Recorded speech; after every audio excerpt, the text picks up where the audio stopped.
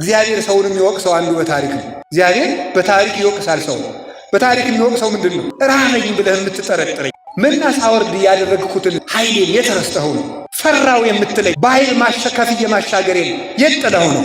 እሳት ፈርቼ ካድኩ የምትለኝ ለሦስቱ ሕፃናት እሳት ማብረዴን የት ጥለኸው ነው? አውሬ ፈርቼ ካድኩ የምትለኝ ለዳንኤል የለጎንኩትን አናብስት የለጎንኳቸውን የት ረስተሃቸው ነው? ውሃ ሞላብኝና ፈራው የምትል ለሐዋርያት የገሰጽኩትን በኃይል የት ጥለኸው ነው? ለእነሱ ያበረርኩትን ነፋስ የት ጥለኸው ነው? እግዚአብሔር የትናንትናውን አይቶ የሚታመን ነው። ለዚህ ቅዱስ ጳውሎስ ኢየሱስ ክርስቶስ ዘትማልም ወይም ወክመውት እስከላ ክርስቶስ ትናንትም ዛሬም ያው ነው ብሎ የተናገረ ከዚህ የተነሳ ነው።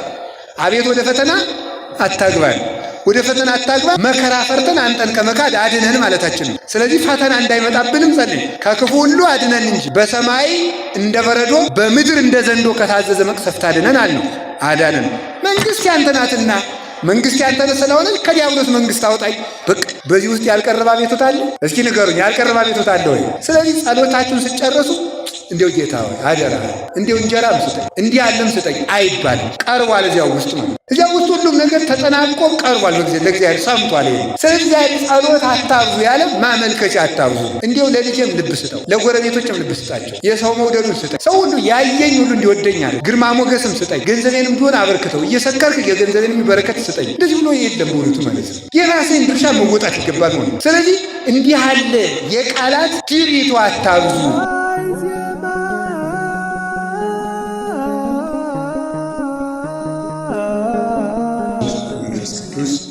አሐዱ አምላክ በባሕርዩ ሞት በመንግሥቱ ሽረት የሌለበት ቅድመ ዓለም የነበረ ዓለምን የፈጠረ ዓለምን አሳልፎ የሚኖር የአባቶቻችን አምላክ ቅዱስ እግዚአብሔር በሀብት ስቦ በረድኤት አቅርቦ በዚህ ቦታ ስለሰበሰበን ስሙ የተመሰገነ ይሁን። እናታችን ቅድስት ድንግል ማርያም ወላዲተ አምላክ፣ ቅዱስ መስቀሉ፣ ቅዱሳን መላእክት፣ ነቢያት፣ ሐዋርያት፣ ሰማዕታት፣ ደናግል፣ መነኮሳት እግዚአብሔር ያከበረው ስማቸው የተከበረ የተመሰገነ ይሁን። በረከታቸው ይደርብን። የተወደዱ አባታችን መልአከ አርያም መምህር አባ ገብረ ሥላሴ የዚህ ታላቅ ደብር አስተዳዳሪ፣ የተከበራችሁ ሊቃውንተ ቤተ ክርስቲያን፣ መምህራን፣ ካህናት፣ ዲያቆናት፣ እግዚአብሔርን የምትወዱት ይልቁንም እግዚአብሔር የሚወዳችሁ የእግዚአብሔር ቤተሰቦች አንድ አምላክ በሚሆን በአብ በወልድ በመንፈስ ቅዱስ ስም እንደምን ሰነበታችሁ? እንደምን ዋላችሁ? እንደምን አመሻችሁ? እስከዚህ ሰዓት ያቆየን አምላካችን እግዚአብሔር ስሙ የተመሰገነ ይሁን። ለነነዌ ጾም እንኳን አደረሳችሁ። ካሁን በፊት ላስተማሩ መምህር ቃለ ሕይወትን ያሰማል። እንግዲህ የምናማርበት ልቡና ደግሞ እሱ ፈቅዶ ያድለን። እንደ እግዚአብሔር ፈቃድ ባለችን እግዚአብሔር በፈቀደልን ጊዜ የምንማማረው ቅድስት ሥላሴ በሚል ርዕስ እንማማራለን። እስኪ በሉ ሁላችሁም ደግማችሁ በሉ፣ ደግማችሁ በሉ። በዚህ ነገር እንማማራለን። ይህንን ቃል የት እንዳለ ትነግሩኛላችሁ? የት ነው ያለው? የት ነው ያለው? ይሄ ቃል አታውቁትም? ታውቁታላችሁ? አታውቁትም ማለት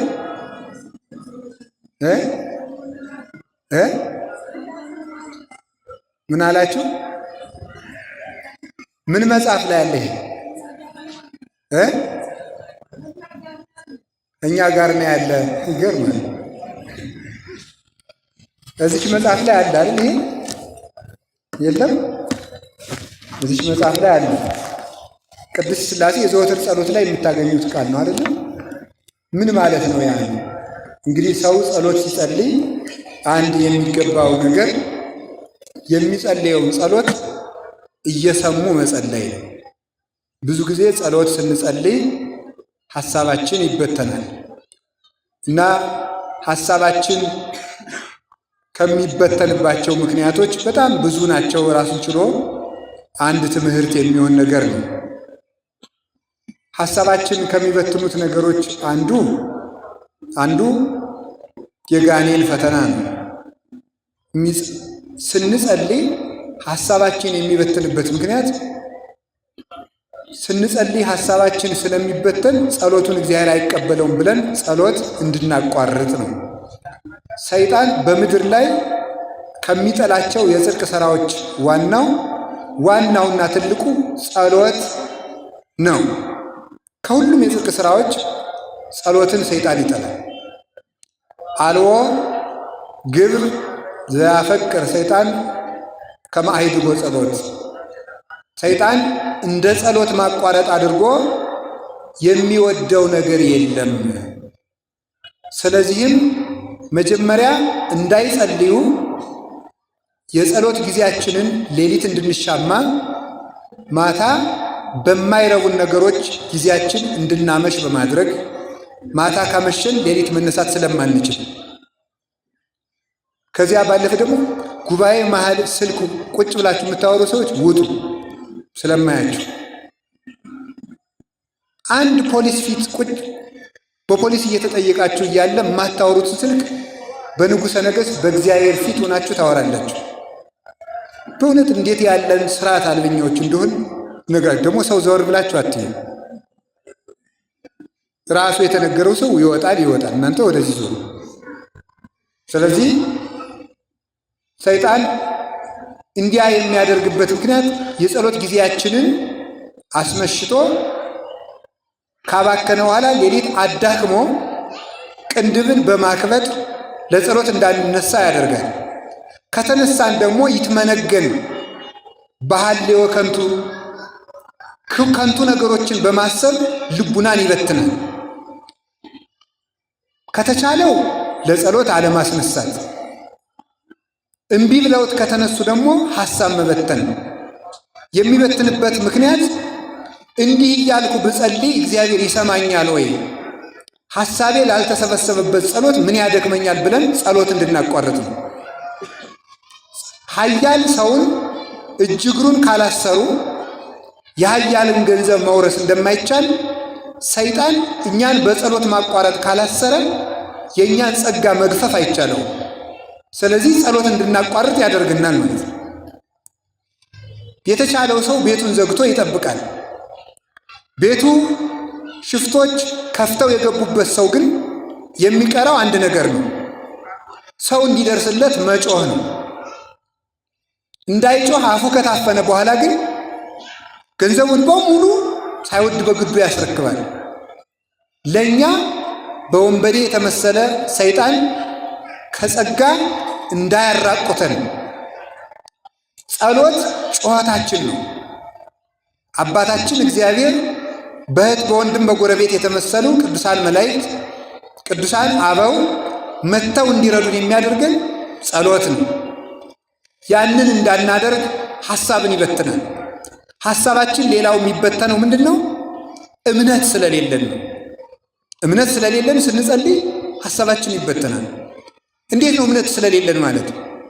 በሕይወታችን ዙሪያ ያሉትን ችግሮች ነገ ምንድን ነው የሚሆኑ ብለን እናነሳቸዋለን። እግዚአብሔር ያውቃል፣ ከገሌ ጋር ተጣልቻለሁ፣ ምንድን ነው የምሆነው? እኔ መጨረሻዬ ምንድን ነው? የምኖረው የት ሀገር ነው? መጨረሻ የሚደመደመው በምን አይነት ሥራ ነው? ከማን ጋር ነው የምኖረው? እንዲህ ያለውን ችግሬን የምፈታው በምንድን ነው በማለት ሆን ብሎ ጸሎታችን ላይ የሕይወታችንን የዛሬና የወደፊት ነገሮችን እያስታወሰ ያለፈ የኃጢአት ታሪካችን እየዘረዘረ በጸሎት ጊዜ ላይ ሐሳባችን እንዲበተን ያደርጋል። ለዚህ መፍትሄው ማመን። እምነቱም እንዲህ የሚል ነው፣ እግዚአብሔር ያስብልኛል። ግድፍ ላይ ለእግዚአብሔር ሕሊናከ ወውቱ ይሴሰየከ፣ ሕሊናህን በእግዚአብሔር ላይ ጣል እርሱም ይመግብሃል። እሱ ስለ እናንተ ያስባልና የሚያስጨንቃችሁን ነገር በእርሱ ላይ ጣሉት። ባለቤቱም መኑ እምኔክሙ በተክዞ ዘይክል ወስኮ አሐደ እመተ በዲበ ቆሙ፣ ከእናንተ መካከል ተጨንቆ በቁመቱ ላይ አንድ ክንድ መጨመር የሚቻለው ማን ነው? ስለዚህ እላችኋለሁ አትጨነቁ። ስለ መብል የምትጨነቁ እንደሆነ ርዩ አዕዋፈ ሰማይ እለይዘርኡ ወያርሩ ወያስተጋቡ ውስተ አብያት፣ የማይዘሩ የማያጭዱ የሰማይ ወፎችን በጎተራ በሪቅ የማይሰበስቡ እነርሱን ተመልከቱ። እስመ አቡክሙ ሰማያዊ ይሴስዮሙ የሰማይ አባታችሁ ይመግባቸዋል። ስለዚህ እናንተም ስለምን ለምን ትጨነቃላችሁ? አኮኑ ነፍስ ታጽእ እምሲሲት ወሥጋኒ ማራዝ ነፍስ ደም እስካለ ድረስ ትኖራለች። ደም ከደረቀ ነፍስ ይወጣል። ነፍስ እንድትኖር ደም ያስፈልጋል። ደም እንዲኖር ምግብ ያስፈልጋል። ለነፍስ የሚረባትን ምግብ ከመስጠትማ ነፍስን መፍጠር አይበልጥምን? ወሥጋኒ ማራዝ ለሥጋ የሚገባውን ልብስ ከመስጠትማ ሥጋን ከአፈር አንስቶ መፍጠር አይበልጥምን? ስለዚህ እናንተ እምነት የጎደላችሁ ስለምን ትጨነቃላችሁ? አኮኑ አንትሙ ትኄይስዎሙ ከአዕዋፍማ እናንተ አትሻሉምን? አንድም እስራኤል ዘሥጋን ተመልከቷቸው። ወፍ የተባሉ እነሱ ናቸው። ወፍ ርስት እንደሌለው ርስት ሳይወርሱ በበረሃ በመና በደመና ይመግባቸው ነበርና እነሱን ተመልከቱ። ከወፎች እናንተ አትበልጡምን? ማለት ከእስራኤል እናንተ ትበልጣላችሁ። እስራኤል የሚወርሱት የምድር ርስት፣ የወጡት ያመለጡት ከምድር ጠላት፣ የሚጠፋላቸው የምድር ጠላት እንዲህ ያለ ነው። እናንተ ግን የምትወርሱት የሰማይ ርስት፣ የጠፋላችሁ የሰማይ ጠላት፣ ያመለጣችሁ ከዘላለም እሳት። እንዲህ ከሆነ በቃል ኪዳን ከከበሩት ከእስራኤልማ በልጅነት የከበራችሁ እናንተ አትበልጡምን? ስለዚህ ከእስራኤል የበለጠ ሐሳብ ይኖራችሁ። ለእስራኤል ካሰበላቸው ለእናንተማ እንዴት አያስብላችሁ? ቅዱስ ዮሐንስ አፈወርቅ ይህን ሲናገር የቅዱስ ጳውሎስን መልእክት ሲተረጉም ይትባረክ አቡሁ ለእግዚእነ አምላክነ ወመድኃኒነ ኢየሱስ ክርስቶስ ዘባረከነ በኩሉ በረከት መንፈሳዊት በኢየሱስ ክርስቶስ ዘበሰማያት በሰማይ በጌታችን በመድኃኒታችን በኢየሱስ ክርስቶስ በሰማይ ባለ በረከት የባረከን የጌታችን የመድኃኒታችን ኢየሱስ ክርስቶስ አባት እግዚአብሔር ይመስገን ይላል። በሰማያዊ በረከት ያለው ለምንድን ነው? የቀድሞው አውራሹ ሙሴ ወራሾቹ እስራኤል፣ ዛሬ አውራሹ ክርስቶስ ወራሾቹ ክርስቲያን። የቀድሞው ርስቱ የሚነጠቅና የምድር ርስት፣ የዛሬው የሰማይ ርስት። የቀድሞው የዕድሜ በረከት፣ የዛሬው ደግሞ የዘላለም ዕድሜ የዘላለም ሕይወት። የቀድሞው ከፈርዖን ማምለጥ፣ የዛሬው ከዲያብሎስ ማምለጥ። የቀድሞው ከፈርዖን ሰራዊት ማምለጥ፣ የዛሬው ከዲያብሎስ ከአጋንንት እጅ መውጣት። የቀድሞው ከግብፅ መውጣት፣ የዛሬው ከሲኦል መውጣት። የቀድሞው የአብርሃም ልጅ መሆን፣ ዛሬ የእግዚአብሔር ልጅ መሆን። የቀድሞው እስራኤልን መውረስ፣ ዛሬ መንግሥተ ሰማያትን መውረስ። የቀድሞ በግ መብላት፣ ዛሬ ክርስቶስን መመገብ። ቀድሞ ከዓለት የፈለቀ ውሃ መጠጣት፣ ዛሬ የዘላለም ሕይወት ኢየሱስ ክርስቶስን ደም የሕይወት ውሃ ክርስቶስን መጠጣት። ቀድሞ እስራኤል ልብስ አልወለቀ ጫማ አላለቀ፣ ዛሬ ክርስቶስን መልበስ። በዚህ ያለ በረከት የባረከን ቀድሞ የእህል በረከት፣ ዛሬ ግን በረከታችን የኢየሱስ ክርስቶስ ሥጋና ደሙ። እክል ያጸና ኃይለ ሰብ የምድር እህል ቢበሉት የምድር ሥጋን ያበረታል። የክርስቶስን ሥጋ ቢመገቡት የሰማይ ኃይል ሰጥቶ ነፍስንም ሥጋንም አንድነት ያጸናቸዋል። ስለዚህ ለምግብ አትጨነቁ፣ ለልብሳችሁ አትጨነቁ።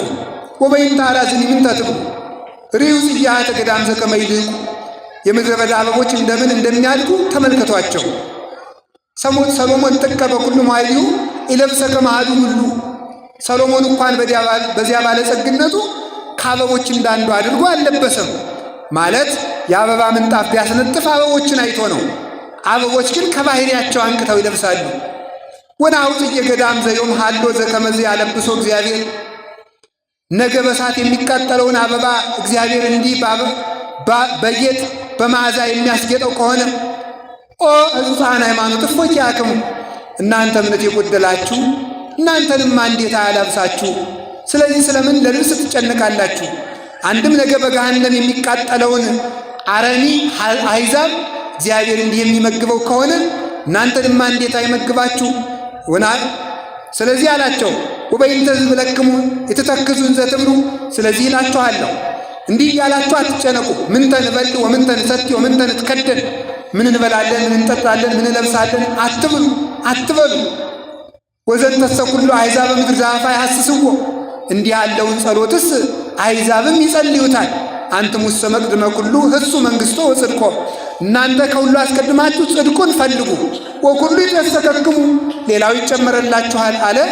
ሌላው ዳረጎት ነውና በጽድቅ ላይ የምድር ሀብት ይጨመረላችኋል ማለት ነው። ሊቁ ቅዱስ ዮሐንስ አፈወርቅ ይህንን ሲተረጉም ምን አለ? ንሕነሰ ወለጥነ ሥርዓቶ ለእግዚአብሔር፣ እኛ የእግዚአብሔርን ሥርዓት የእግዚአብሔርን ሕግ አገላበጥ ነው አለ። እሱ አስቀድማችሁ ጽድቁን ፈልጉና የምድሩን እጨምርላችኋለሁ ብሎ ነበረ። እኛ ግን መጀመሪያ የምድሩን ኋላ ጽድቁን ስለምንፈልግ ወበይንተዝ እንረክባ ለዛቲ ወይንንታክቲ፣ በዚህ ምክንያት እኛ የሰማዩንም አናገኝም የምድሩንም አናገኝም ብሎ ይነገራል። ስለዚህ ስለምንም ነገር አትጨነቁ። የሚገሉ ሰዎች ያስፈራሯችሁ እንደሆነ ደግሞ እንዲህ ብላችሁ አስሙ።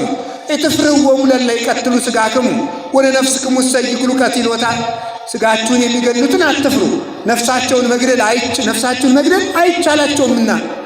ወባሕቱ ፍርህዎሰ ለዘቦ ሥልጣን ከመ ይግል ቀቲለ ሥጋሂ ወነፍሰሂ ህቡረ በውስተ ገሃነም፣ ነፍስንም ሥጋንም አንድ አድርጎ በገሃነም መቅጣት የሚቻለውን እርሱን ፍሩት።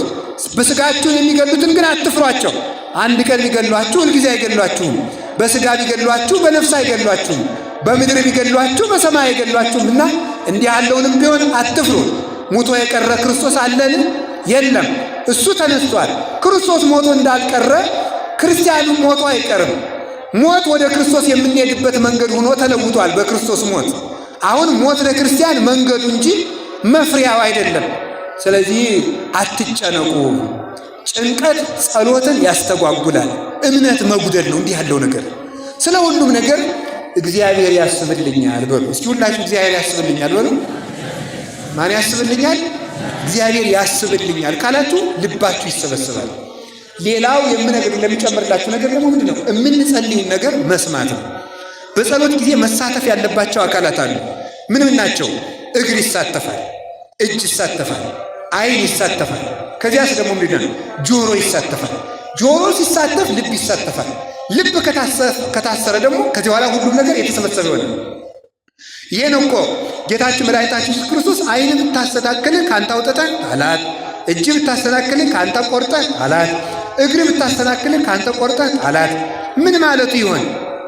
እጅ ሰነፍ ከሆነችብህ ቆርጠህ ጣላት ማለት ፈቃዷን ቁረጥባት። ፈቃዷ ምንድን ነው? ማረፍ። አንተ ደግሞ ፈቃዷን ቁረጠውና ዘርጋት ለጸሎት። እግር ብታስተካክልህ ቆርጠህ ጣላት።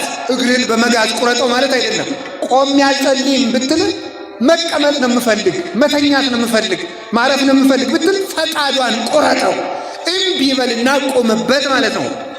በቀዊም ቅጣው። ዓይን ብታስተካክልህ ካንተ ቅጣት። ማረፍ ነው የምፈልገው፣ መተኛት ነው የምፈልገው፣ ማንቀላፋት ነው የምፈልገው፣ ስራ አለብኝ፣ ደክሞኛል ብሎ ዓይን ማንጎላቸት ከፈለገ ካንተ አውጥተህ ጣላት። ፈቃዷን ቁረጥና ባንቃይዶ ቅጣት። እግዚአብሔር ተጠብቁ። ሀቤ ካንቃይዶን አይን ተነ ዘትነብር ውስተ ሰማይ ወበከመ አይነ አግብስ ውስተ ዳጋይስቲሆሙ ወበከመ አይነ ዓመት ውስተ ደግዝታ ከማዋይንቲና በእግዚአብሔር አምላክ ነስካመ ይሳሃለነ። አቤቱ በሰማይ የምትኖር ሆይ ዓይኖቻችንን ወደ አንተ አነሳን። መዝሙር 122 ላይ ቅዱስ ዳዊት ሲናገር የባሪያ ዓይን ወደ ጌቶቹ እንደሆነ የገረድም ዓይን ወደ እመቤቷ እንደሆነ ደመወዟን ጠብቃ ተስፋ አድርጋ አቤቱ የእኛም ዓይኖች ወደ አንተ እናንጋጥታለን። ተሳሃለነ እግዚኦ ተሳሃለነ።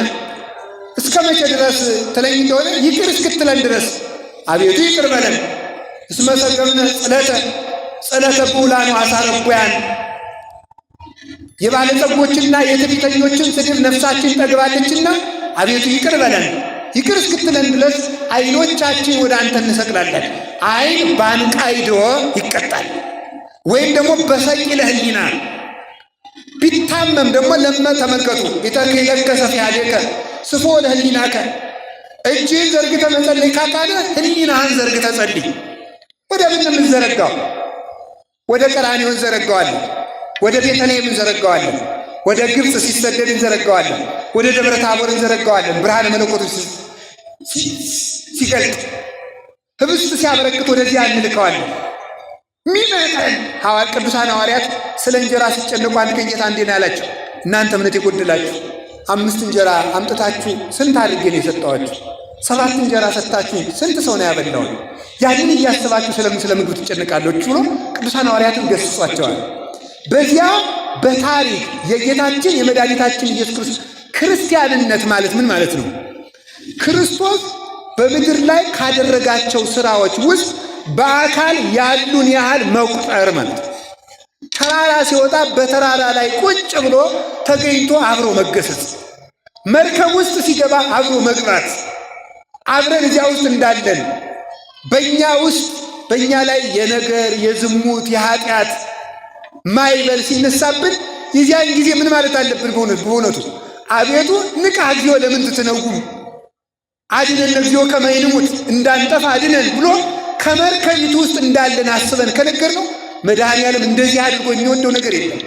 ትናንት የሰራውን ነገር እንደሚያስታውሰት አድርጎ እግዚአብሔር የሚወደው ነገር የለም። አይሁድን እኮ የሚወቅሳቸው እኮ በዚህ ነበር። አባቶቻችሁ ያልገደሉት ነቢይ ወዴት አለ? ለአባቶቻችሁ መና ወርዶላቸው ነበረ። እናንተ የነቢያትን መቃብር የምትሰሩ የተለሰናችሁ መቃብራት፣ ያን ሁሉ ነገር ተመልከቱ። ሙሴንስ ብታምኑት ኑሮ እኔን ባመናችሁ ነበር። አኳነ ዘአስተዋድየክሙ ሀበ እግዚአብሔር አላ ውእቱ ሙሴ። ተመልከቱ፣ ያስተዋድየክሙ እናንተ የምታምኑት ሙሴ ስለኔ ይከሳችኋል፣ ስለሱ ነግሬያችኋለሁ ብሎ እግዚአብሔር ሰውን የሚወቅሰው አንዱ በታሪክ ነው። እግዚአብሔር በታሪክ ይወቅሳል ሰው። በታሪክ የሚወቅሰው ምንድን ነው? ራበኝ ብለህ የምትጠረጥረኝ መና ሳወርድ ያደረግኩትን ኃይሌን የት ረስተኸው ነው? ፈራው የምትለኝ በኃይል ከፍዬ ማሻገሬን የት ጥለኸው ነው? እሳት ፈርቼ ካድኮ የምትለኝ ለሦስቱ ሕፃናት እሳት ማብረዴን የት ጥለኸው ነው? አውሬ ፈርቼ ካድኩ የምትለኝ ለዳንኤል የለጎንኩትን አናብስት የለጎንኳቸውን የት ረስተሃቸው ነው? ውሃ ሞላብኝና ፈራው የምትል ለሐዋርያት የገሰጽኩትን በኃይል የት ጥለኸው ነው? ለእነሱ ያበረርኩትን ነፋስ የት ጥለኸው ነው? እግዚአብሔር የትናንትናውን አይቶ የሚታመን ነው። ለዚህ ነው ቅዱስ ጳውሎስ ኢየሱስ ክርስቶስ ዘትማልም ወክም መውት እስከ ለዓለም ክርስቶስ ትናንትም ዛሬም ያው ነው ብሎ የተናገረ ከዚህ የተነሳ ነው። ስለዚህ በጸሎታችን መሳተፍ አንዱ መሳተፍ ያለበት ምንድን ነው? ጆሮ መሳተፍ አለበት። ጸሎት ስጸልይ በቃ ሳላውቀው ከአትብ ገጽ ጀምሬ ደርሼ የእሑድ ውዳሴ ማርያም ደርሼ ያገኘውን ምን ላድርግ ይላል። ሁሉም ሰው እንደዚህ ይህን ጥያቄ ይጠይቃል። ግን መልሱ ምንድን ነው? መስማት ነው። ማወቅ የሚገባን ደግሞ እግዚአብሔር ታላቅ ታምር አድርጎ ጸሎተኛ ሰው እንደማያደርገን ማወቅ አለብን። እግዚአብሔር ጸሎተኛ ሰው እንዲያደርጋችሁ ከፈለጋችሁ አትድከሙ፣ አያደርጋችሁ። ለፍቶ ነው። ጸሎተኛ የሚኮነው ተጸልዮ ነው። እስኪ በሉ ሁላችሁም ጸሎተኛ የሚኮነው ምን ተብሎ ነው? እስኪ ስለዚህ ለጸሎተኛነት ምን እናድርግ? እንጸልይ በሉ እንጂ ለጸሎተኛነት ምን እናድርግ? እንጸልይ። ስንጸልይ ምን እንሆናለን? በሉ እንጂ ጸሎተኛ እንሆናለን። ምን ይላሉ አባቶቻችን? የሌላን ሰው ራስ ቅቤ የሚቀባ ሰው የእሱ እጅ ቅቤ መንካቱ ይቀራል ይላል። ስለዚህ ጸሎትን ቅቤ ያደርጉት። ምንም እንኳን ጸሎታችን በረከት የማይገባው ቢሆንም እንኳን መንካታችን ግን አይቀርም። በረከት ማግኘታችን አይቀርም። አጋንንት መሸሻቸው አይቀርም።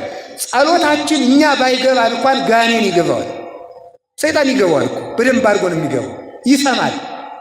ይሄ ሰውዬ ነው የሚለው እኮ ይሄ ሰውዬ ዛሬ አንድ አሁን ስማት የደገመ ነገማ 150 ዳዊት ይደግማል። ስለዚህ ሳይርቅ በቅርቡ ሳይደርቅ በርጥቡ ይሄ ሰውዬ አሁን ላስቀር ብሎ እኮ ነው የሚያሰናክለው። እውነቴን የምነግራችሁ ሰይጣን የሚንቀው ጸሎት የለም፣ እግዚአብሔርም የሚንቀው ጸሎት የለም። ሁሉንም ሰው ይሰማል እግዚአብሔር። እንዲያውም እግዚአብሔር ኃጢአተኞችንም ይሰማል። አላችሁን? እግዚአብሔር ከሁላችን ጋር ይሁን። ስለዚህ ያንን ጸሎት ምን ማድረግ ይጠበቅብናል ሲባል መስማት። የራሳችሁን የምታነቡትን ነገር ማዳመጥ አለባችሁ።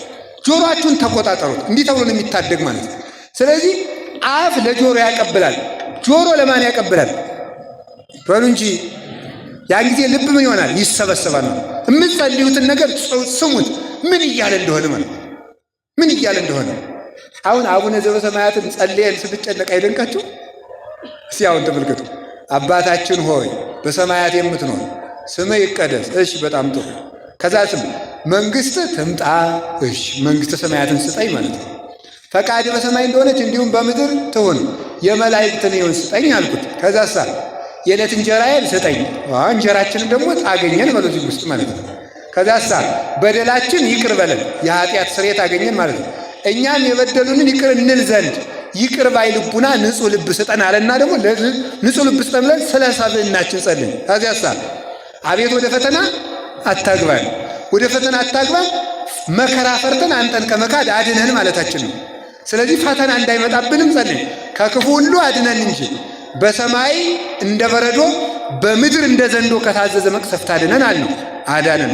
መንግስት ያንተ ናትና መንግስት ያንተ ስለሆነ ከዲያብሎስ መንግስት አውጣኝ። በቃ በዚህ ውስጥ ያልቀረበ አቤቱታ አለ? እስኪ ንገሩኝ፣ ያልቀረበ አቤቱታ አለ ወይ? ስለዚህ ጸሎታችሁን ስጨርሱ እንዲው ጌታ ሆይ አደራ እንዲው እንጀራም ስጠኝ እንዲህ ያለም ስጠኝ አይባልም። ቀርቧል እዚያው ውስጥ ማለት ነው። እዚያው ውስጥ ሁሉም ነገር ተጠናቆ ቀርቧል። ለእግዚአብሔር ሰምቷል። ይሄ ስለዚህ ጸሎት አታብዙ ያለ ማመልከቻ አታብዙ። እንዲው ለልጄም ልብ ስጠው፣ ለጎረቤቶችም ልብ ስጣቸው፣ የሰው መውደዱን ስጠኝ፣ ሰው ሁሉ ያየኝ ሁሉ እንዲወደኝ አድርገኝ፣ ግርማ ሞገስም ስጠኝ፣ ገንዘቤንም ቢሆን አበርክተው፣ እየሰከርክ የገንዘቤንም በረከት ስጠኝ። እንደዚህ ብሎ የለም በእውነቱ ማለት ነው። የራሴን ድርሻ መወጣት ይገባል ማለት ነው። ስለዚህ እንዲህ ያለ የቃላት ትዕቢት አታብዙ። እንደ ፈሪሳውያን አትኑ። እስመ ይመስሎሙ በአብዝሖ ንባቦሙ ዘይሰምዖሙ እግዚአብሔር። ንግግር በማብዛት እግዚአብሔር የሚሰማቸው ይመስላቸዋልና። ስለዚህ እምነታችን ጸሎታችን ላይ መጣል አለብን። ያንን ስትሰሙት እዚህ ውስጥ ያልተናገሩ ደስ ይላቸዋል በእውነቱ ማለት ነው። እግዚአብሔርን አባቴ ብሎ ከመምጣት በላይ ምን ክብር አለ በእውነቱ ማለት ነው። እግዚአብሔርን አባት አድርጎ ከመመለስ በላይ አለ እንዴ? በፍጹም። ሀብት ያለው አባት አለኝ እኔ ይህን ነገር ይዘር በስንቱ አባት እንኳን እየተመካንበት አይደለም። በሰረቁ አባቶቻችን እየተመካን አይደለም። በሌባ አባቶቻችን፣ በነፍሰ ገዳይ አባቶቻችን አይደለም ጀግንነት ብለን እየተጋደልን ያለ። በእግዚአብሔር አባትነት እንዴት ደስ አይልም? ደስ ብሎን እምነታችን በሱ ላይ ጥለን። ሕፃን ልጅ ሌላ ሰው ሲታቀፈው ነፍስ ከለየ በኋላ ያለቅሳል። እናቱ ስትታቀፈው ለጥ ብሎ ይተኛል። የእናቱ ጀርባ እንደሆነ አምኖ እኮ ነው ማለት ነው። ከዚህ በላይ ሕፃን ልጅ እናቱን ከሚያምናት ሁሉ በላይ በእግዚአብሔር ትከሻ ማረፍ አለብን። ልብ የሚሰበሰበው እንደዚህ ያለ እኔ አቅም የለኝም፣ አንተ ስለ እኔ አስብልኝ፣ እንዲያው እኔን ለራሴ ከማሰብ አድነኝ ማለት አለብን በእውነቱ ማለት ነው። እኔን ለራሴ ከማሰብ እንዲሁም አንድ ቅዱስ የበረሃ አባት ብሎ ጸለየ፣ ጌታዬ ሆይ ይህንን አድርግልኝ ብዬ ከመጸለይ አድነኝ፣ ይህን አድርግልኝ ከማለት እንዲሁ አድነኝ። አንተ ሳልጠይቅ ሁሉን አድርገህልኛል። ፍጠረኝ ብሎ የተፈጠረ የለማ፣ እንዲህ አድርገኝ ብሎ የተፈጠረ የለም። ስለዚህ እግዚአብሔር ሳንጠይቀው እንደፈጠረን ሳንጠይቀው የሚፈልገውን ይሰጠናል። እንዴት ብለን እንደምንለምነውም ራሱ አስተምሮናል። ስለዚህ መስማት አለብን። አሁን ከምንሰማቸው ልንሰማቸው ከሚገቡን ጸሎቶች አንዱ ይች በጣም ጥቂቷ ጸሎት ማንም ትባል አትብገጽ የምትባለው ናት። በሉሽ በሏት በግዕዝ አትብገጽ።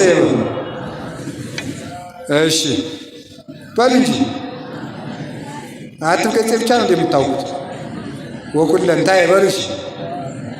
እሺ በትምህርተ መስቀል እሺ በሉ አማትቡበታው እስማ እሺ ስታማትቡ ዝም ብሎ እንደዚህ አይደረግ።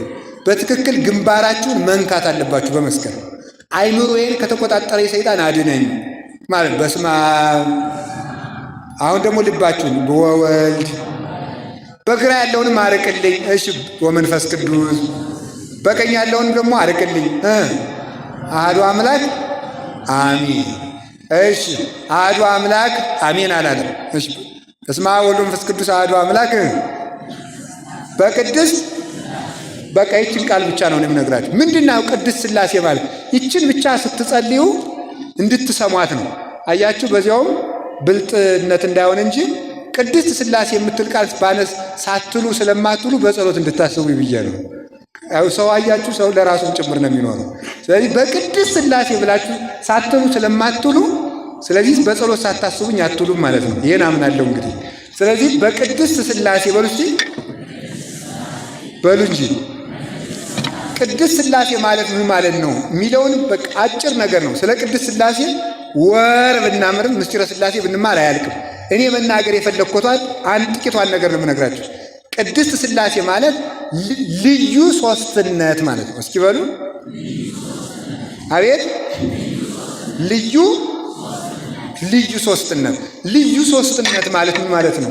ልዩ ሦስትነት አሁን እግዚአብሔር አንድም ሦስትም ነው ሲባል ስለ ሃይማኖታችን ልናውቀው የሚገባን ነገር ምንድን ነው? ከቁጥር ሕግ መውጣት አለብን።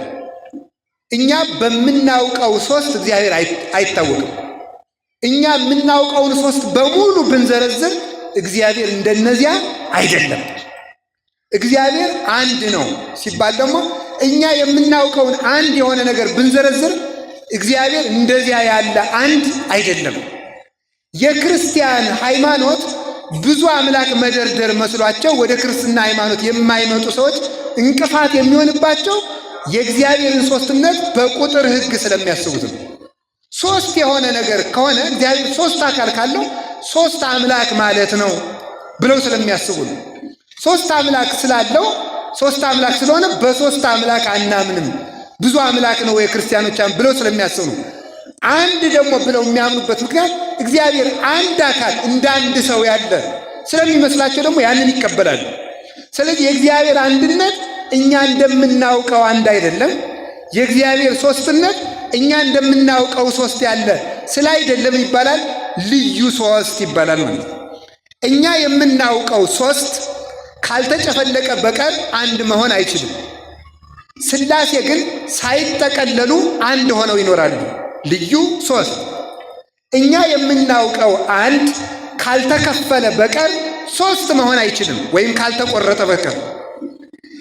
ሥላሴ ግን ሳይከፈሉ አንድ ሆነው ይኖራሉ። ሳይከፈሉ አንድ ሆነው ይኖራሉ፣ ሳይጠቀለሉ ሦስት ሆነው ይኖራሉ። ስለዚህ ስለማይጠቀለሉ ሦስት ከሆኑ ነገሮች ሁሉ ልዩ ሦስት፣ ሳይከፈሉ ሦስት መሆን ስለሚችሉ የማይከፈሉ ልዩ አንድ። ስለዚህ እግዚአብሔር ልዩ አንድ ነው፣ ልዩ ሦስት ነው ማለታችን ነው። ስለዚህ እንዲህ ብሎ ይናገራል፣ ሰማይ ከምድር እንደሚርቅ እንዲሁ ከሐሳባችሁ ሐሳቤ ከሐሳባችሁ ይርቃል ይላል ትንቢተ ኢሳይያስ ምዕራፍ 55 ላይ ሲናገር፣ ሰማይ ከምድር እንደሚርቅ ሐሳቤ ከሐሳባችሁ እንዲሁ ይርቃል። ቅዱስ ጳውሎስ ከክርስቶስ መስቀል የወጡትን ሰዎች ሲወቅሳቸው ፊልጵስዩስ ምዕራፍ 3 ላይ ሲናገር ሐሳባቸው ምድራዊ ነው ብሎ ይናገራል። በምድር ሐሳብ የእግዚአብሔር ሐሳብ አይታወቅም። የእግዚአብሔር ሐሳብ የሚታወቀው በእግዚአብሔር ነው። የሃይማኖት ዕውቀት ከእግዚአብሔር በእግዚአብሔር ወደ እግዚአብሔር የሚያደርስ ነው ይላሉ ሊቃውንት። እንዲያውም ምን ይላሉ አባቶቻችን? ጌታችን ኢየሱስ ክርስቶስ ሲናገር ምንድን አለ? እኔ መንገድ ነኝ ብሏል። እኔ ምንድን ነኝ አለ? እኔ መንገድ ነኝ። ምን ማለት ነው ብለው ሲናገሩ ሊቃውንቱ ይህን ሲተረጉም ይላሉ እግዚአብሔር የሚታወቀው በእግዚአብሔር ነው ማለቱ ነው ይላሉ። እግዚአብሔር በማን ይታወቃል? እግዚአብሔር በማን ይታወቃል? በእግዚአብሔር። ስለ እግዚአብሔር ከተናገረው ውጪ ማወቅ አይቻልም። እግዚአብሔርን ለማወቅም እግዚአብሔር ያስፈልጋል። በእግዚአብሔር መሪነት፣ በእግዚአብሔር ንጹሕ ልቡና ሰጭነት፣ በእግዚአብሔር ጥበብ ገላጭነት እግዚአብሔር ይታወቃል። ወደ እኔ ለመድረስም እኔው ነኝ የማደርሳችሁ ማለት ነው። ይህንን ራሱ ሲናገር ልንገራችሁ።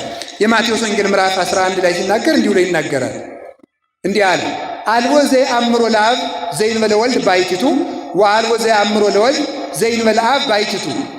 አብን ከወልድ በቀር የሚያውቀው የለም፣ ወልድን ከአብ በቀር የሚያውቀው የለም። ወለዘፈቀደ ወልድ ይካስት ሎቱ። ነገር ግን አብና ወልድ መንፈስ ቅዱስ እርስ በርሳቸው ብቻ ተዋውቀውበት የሚኖሩትን የነሱን የህላዌ ምስጢር ያናዋር ምስጢር ወልድ ለፈቀደው ይገልጥለታል።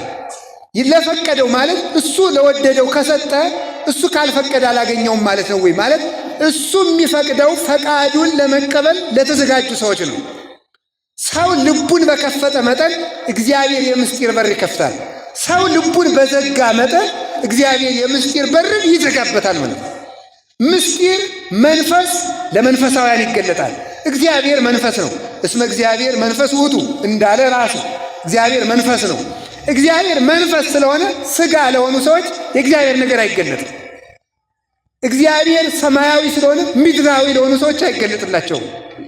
መንፈስ የሆነውን እግዚአብሔር በመንፈስ ይታወቃል። መንፈሳዊነት ለእግዚአብሔር እውቀት አስፈላጊ ነው። ስለ እግዚአብሔር ወደ እግዚአብሔር የሚያደርስ መንገድ ነው ይባላል። እግዚአብሔር ወደ ራሱ የምንደርስበት መንገድ ነው።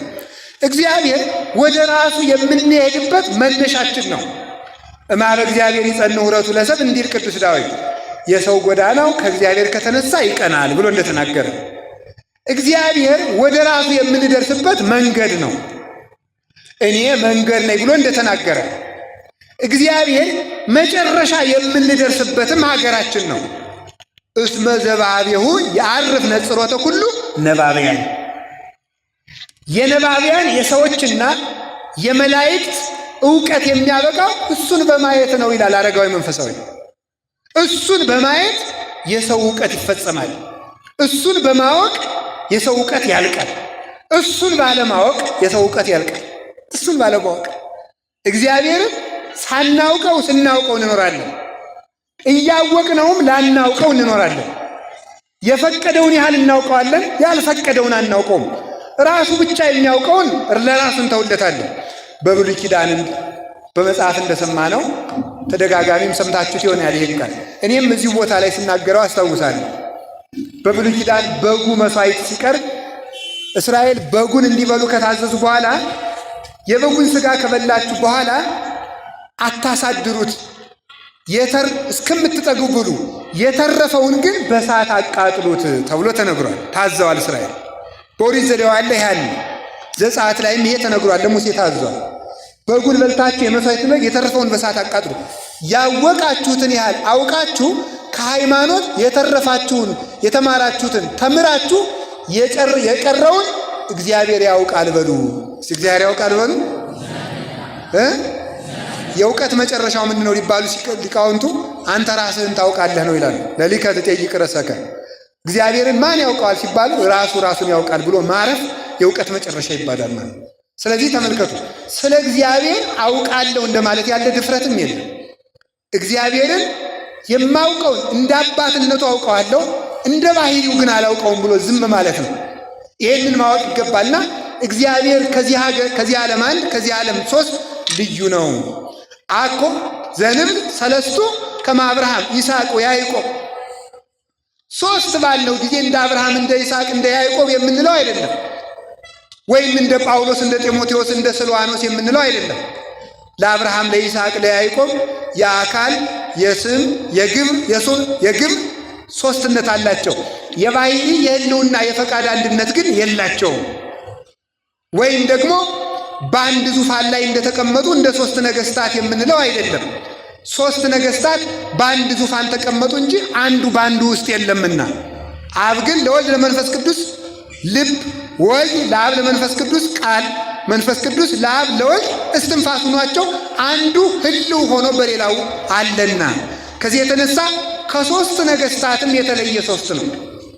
ወይም ደግሞ ሶስት መስፈሪያ ዱቄት በአንድ ተጋግሮ አንድ ዳቦ እንደሚሆንም አይደለም። ያም ደግሞ ስንቆርሰው ስለሚቆረስ መከፈልና መጠቅለል አለበት። ሶስት ነበር፣ ስንጋግረው ተጠቀለለ፣ ስንቆርሰው ደግሞ ተከፈለ።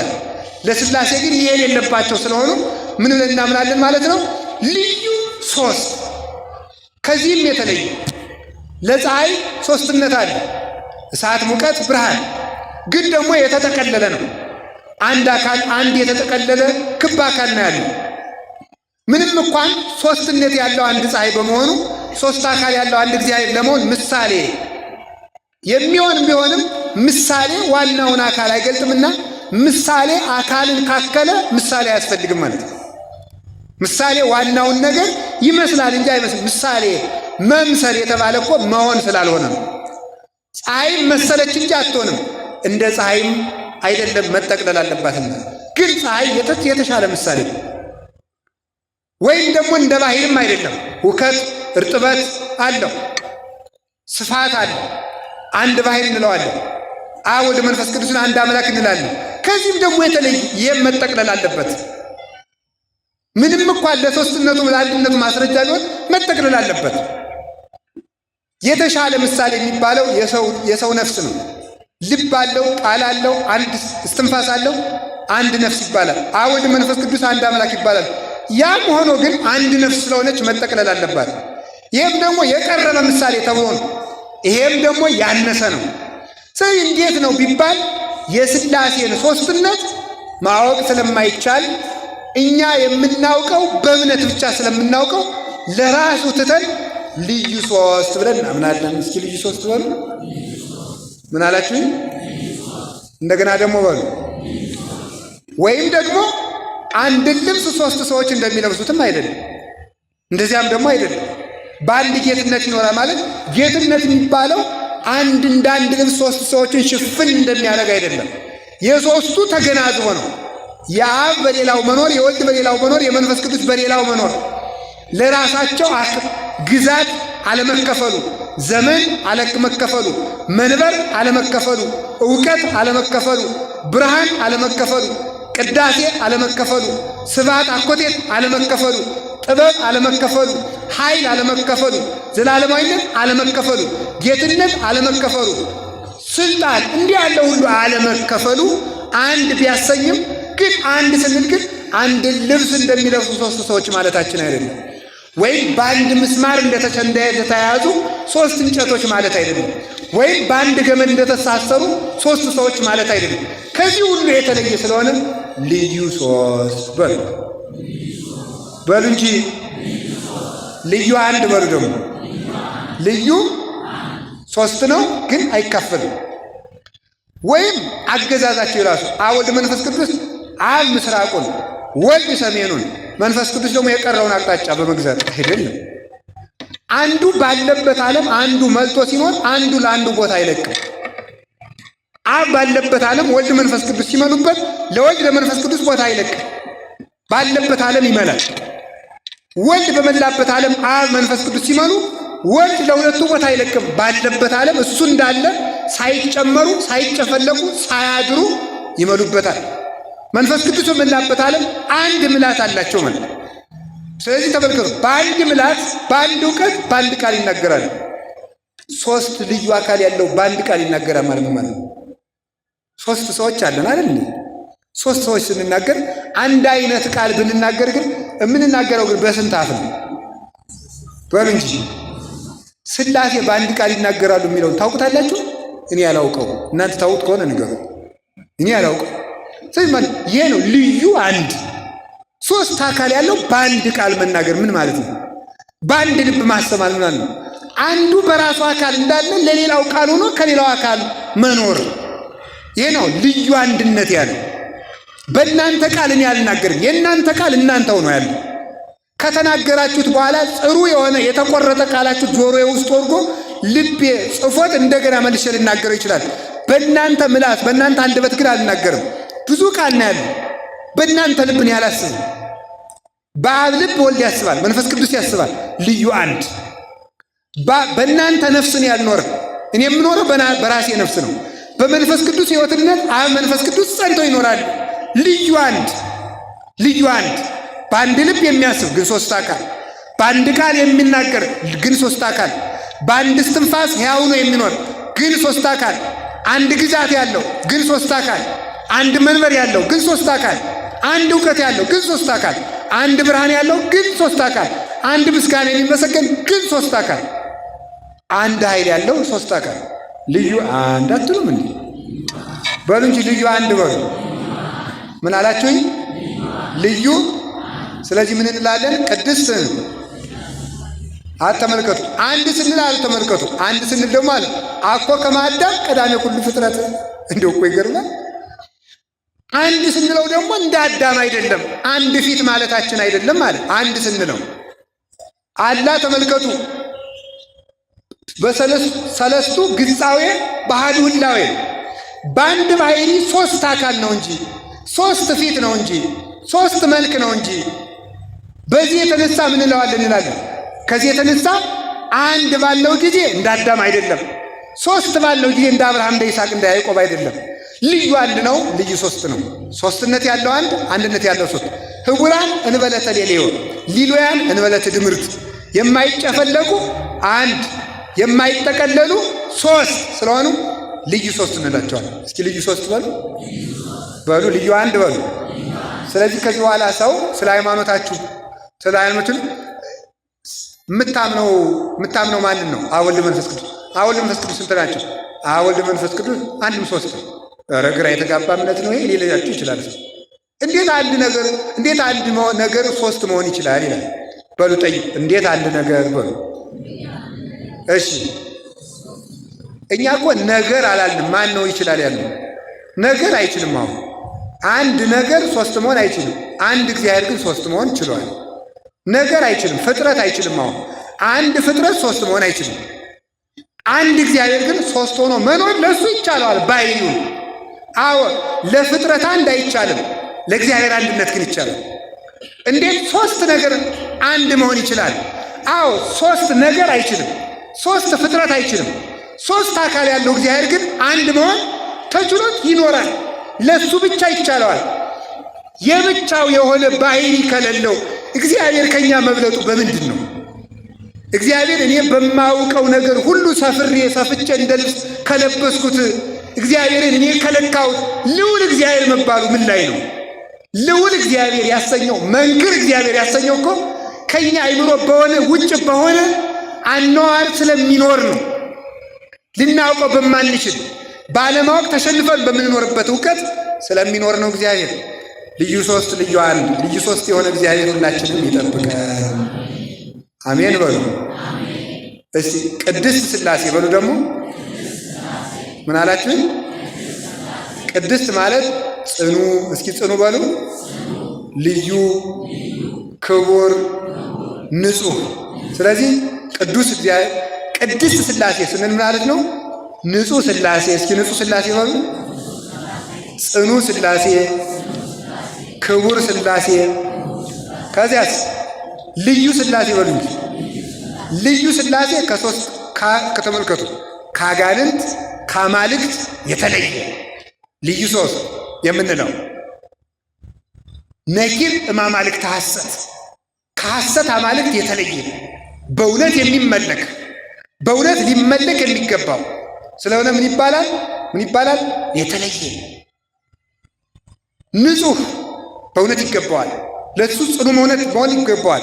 ሰውን ይላሉ አባቶቻችን፣ ኃያል ቢሉት ሲደክም ይገኛል ይላሉ አባቶቻችን። ንጹሕ ሲሉት ሲረክስ ይገኛል። አዋቂ ቢሉት ሲደነቁር ይገኛል። ባለጤና ቢሉት ሲደክም ይገኛል። ውብ ቢሉት ሲጎሰቁል ይገኛል። እግዚአብሔር ግን ያው እግዚአብሔር ስለሆነ ምን ይባላል? ጽኑ ይባላል። የማይለወጥ ማለት ነው። ስለዚህ ቅዱስ ዳዊት ይህን በምን ቃል እንደገለጠውን ታውቃላችሁ? አንተሰ አንተ ክመ፣ አንተ ግን ያው አንተ ነህ በሉ እስኪ። አንተ ግን በሉ እንጂ።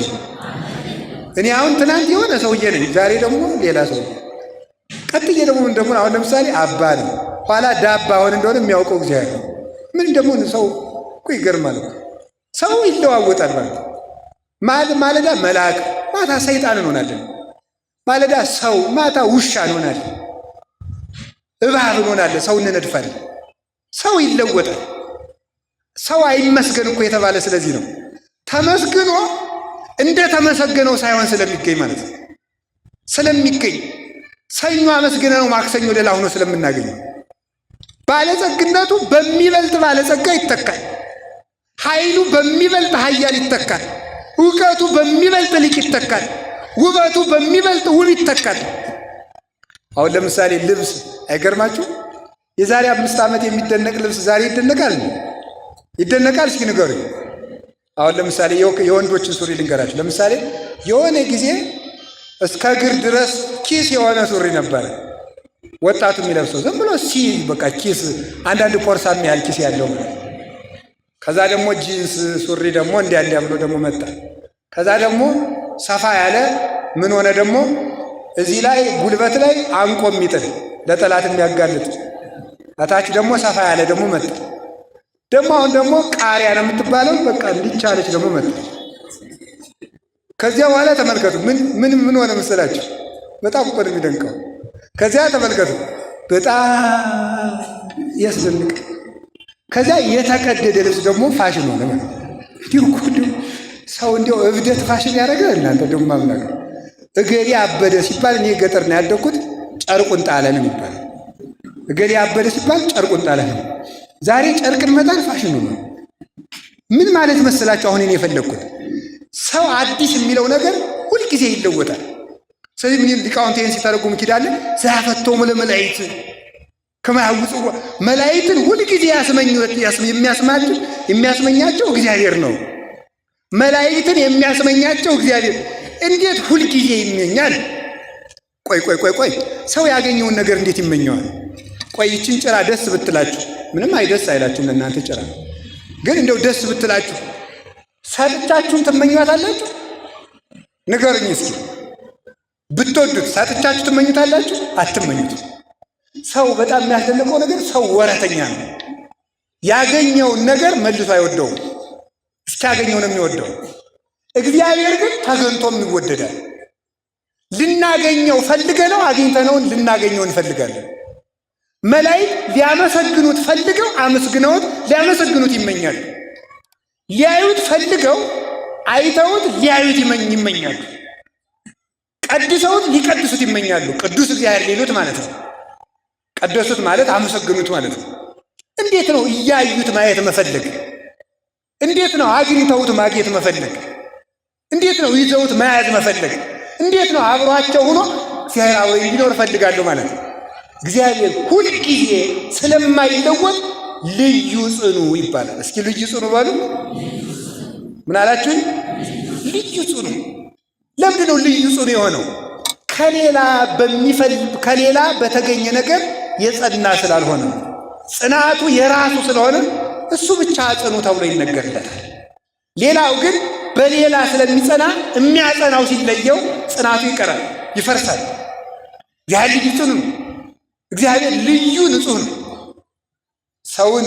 ሰው እንደሆነ እንደ ነጭ ጨርቅ ነው ይላሉ። ይሄ ነጭ ነጠላ ጥቁር ቀለም ብትረጩት ይጠቁራል፣ ቀይ ቀለም ብትረጩት ምን ይላል? አቤት እንደናንተ ማለት ነው። እንደኔም ጭምር እናንተም አሁን እዚህ ሁሉም ሰው ጻድቅ ሆኗል። እግዚአብሔር የተመሰገነ። አይ ሌላ ነው ጎበዝ ነው ያልኩት። እንዳትገለብጡት እንደና አጀሬ ደግሞ ድናችኋል እያልኳችሁ እንዳይመስላችሁ። እኔ እንደዚህ አይደለም ያልኩኝ። እዚሁ ውስጥ ሁሉም ሰው ጻድቅ ነው ያልኩኝ። ሁላችሁም አሁን ደግ እያሰባችሁ ነው አይደለም? እዚህም እኮ ክፉ የሚያስብ አይጠፋም ነገር። አሁን እዚህ ደግ እያሰባችሁ ነው ሰው። በጣም መልካም ነው። አሁን እንግዲህ ዘማሪው ሲዘምር ሁላችሁም ዘምራችኋል። ከዚያ ደግሞ እገሌ የሚባለው ሙዚቀኛ አዲስ ዘፈን አወጣ ሲባል ደግሞ መስፈን ለሰው ሁላችሁ ለነጭ ጨርቅ በሉ፣ ጥቁርም ቀለም በሉ ይስማማዋል። ለእናንተ ዘፈንም ይስማማችኋል፣ መዝሙርም ይስማማችኋል፣ ስድብም ይስማማችኋል፣ ፍቅርም ትወዳላችሁ አይደል? ጥርግርግ አድርጋችሁ ትሳደቡና እኔ እንዲሁ ፍቅር እንዲኖረኝ ይፈልጋለሁ ይላል ሰው ማለት ነው። ኧረ ጎበዝ ነውር አይደለም እናንተ ሰው። ሰው መስረቅም ደስ ይለዋል፣ ደግሞ ለቤተ ክርስቲያን አስራት መስጠትም ደስ ይለዋል አይደለም? አቷሹ ብሎ መምከርም ደስ ይለዋል፣ መዋሸትም ደስ ይለዋል። ችግር የለውም ማለት ነው። መዘሞትም ደስ ይለዋል፣ ተክሊል ብናደርግለትም አይጠላም አይደለም? እንደሱ ነው። ሁሉም ቦታ ላይ አለው ማለት ነው። ሁሉም ቦታ ላይ እኔ አላይ ድረስ ነው በእውነቱ። እኔ ይቅርታ አድርጉልኝ፣ ድንግልና የለኝም፣ ተክሊል እንዲደረግልኝ ይፈልጋለሁ። ካለዚያ ራሴን አጠፋለሁ ያለ ልጅ ያለ ሰሞኑን አንድ ነገር ነው። እንደው ወይ ወላዲታ ለምን ሲባል እናት አባቴ ምን ይለኛል፣ ጎረቤት ምን ይለኛል፣ ሁሉንም እኛ እንፈልገዋለን ማለት ነው። ለእኛ ሁሉም ይስማማል። እግዚአብሔር ግን ባህሉ አይስማማውም። ለውሃ እሳትነት አይስማማውም፣ ለእሳት ውሃነት አይስማማውም፣ ለእግዚአብሔር ኃጢአት ጨርሶ አይስማማውም እና ንጹሕ ባህሪ። ለዚህ ነው ቆይውላችሁ እግዚአብሔር ምንም በንበድለው የማይቀየም ለምን እንደሆነ ታውቃላችሁ? ባህሪው ምንም መቀየም ስለማይስማማው ነው። ኃጢአት ስለማይስማማው ነው፣ ስለማይረብሸው ነው። እግዚአብሔር ፍቅር ነው የተባለበት ምክንያት በዚህ የተነሳ ነው። እግዚአብሔር ፍቅር ነው የተባለ ለምን ይመስላችኋል? የኛ ፍቅር የኛ መውደድ በምንወደው ሰው ላይ የተመሰረተ ነው። የምንወደው ሰው እስካከበረን ድረስ እናከብረዋለን፣ እስከ ወደደን ድረስ እንወደዋለን፣ እስከ ሰጠን ድረስ እንሰጠዋለን። ሰጠነው እንኳን እንዲያመሰግነን ሰጠን ይችን ስጦታ። ቆይ አይኑ ደስ አለው፣ ፈገግ አለ። እንዴት ነው ሲያስቀምጠው? እንዴት አድርገው ጣል አደረገው? ተለቅ አድርጎታል ያስቀመጠው። ንቆይ ነው በጣም ብዙ ትንታኔ፣ አንድ መጽሐፍ የሚሆን ትንታኔ ማለት ነው። እንደዚህ ያለን። ስለዚህ መከበሩን እንወደዋለን ማለት ነው። ከዚህ በኋላ እንመጻደቃለን። መጽውተን እንኳን ራሱ እኮ የምንመጻደቀው እኮ ፍቅር ስለሌለን ነው። ቆይ እንደው በሞት ያን ነገር ልንገራችሁ። እግዚአብሔር ምንድን ነው ያለ? ባልንጀራህን በሉ እንደማን አድርገህ ውደድ። አቤት! ቆይ አሁን እናንተ ኮት ገዛችሁ አይደል? ኮት ገዛችሁ። ለምሳሌ ገብረ ማርያም የሚባል ሰው ነው። እኔ እኮ በጣም ለእኔ ጥሩ ውለታ ዋልኩለት ኮት ገዛው ትላላችሁ ወይ? እስኪ ትላላችሁ ለራሳችሁ? አሁን እኔ አባ ነኝ። እኔ እጅ አንድ ካባ አሰፍቼ አባ በጣም ጥሩ ሰው እኮ ነኝ፣ እንዲሁ በጣም ደግ ነኝ፣ ለእኔ ካባ አሰፋውለት ይባላል እንዴ? ሰው ለራሱ ባደረገው ነገር እንዴት ነው ሊመካ የሚችለው? ባልንጀራህን እንደ ራስህ ከወደድከው ለባልንጀራህ በምታደርገው ነገር ለምንድን ነው የምትመጻደቀው? ለራስህ ነው ያደረግከው። አሁን እኮ ተመልክቱ። ለእናንተ ዶሮ ወጥ ሰርታችሁ ዛሬ ጾም ነው፣ ሐሙስ ግጥም አድርጋችሁ እንዴት ያለው ለጋስ ነው ዶሮ አበላሁት እኮ ለእኔ አይባልም እኮ። ለራስህ ነው እኮ ያበላኸው ማለት። ለባልንጀራችንም ይሁላችሁ ባልንጀራህን እንደ ራስህ ውደድ ማለት እንደዚያ እኮ ነው። ለሌላ ሰው የምናደርገውን ነገር ለእኔ ያደረግኩት ማለት ማለት ነው። ሰው ለራሱ ባደረገው ነገር አይመካም፣ ለሌላ ባደረገው ነው እንጂ። ስለዚህ ለራስህ አድርጋልና መመካቱን ተው ነው። እግዚአብሔር ፍቅር ነው የሚባለው ለዚህ ነው። ከኛ ምንም ስለማይፈልግ በማንሰጠው ነገር አይታወክም፣ በማንሰጠው ነገር አይበሳጭም። በማንሰጠው ነገር መቀበላችን ይቀራል እንጂ አለመስጠታችን እግዚአብሔርን ሊያበሳጨው አይችልም። እሱ ባህሪው ሰላም ስለሆነ ማለት ነው። አላችሁ የላችሁም? ኋላ ክርስቲያን ይውላችሁ፣ ክርስቲያን በትክክል እግዚአብሔር መምሰል ሲጀምር ምን እንደሚሆን ታውቃላችሁ?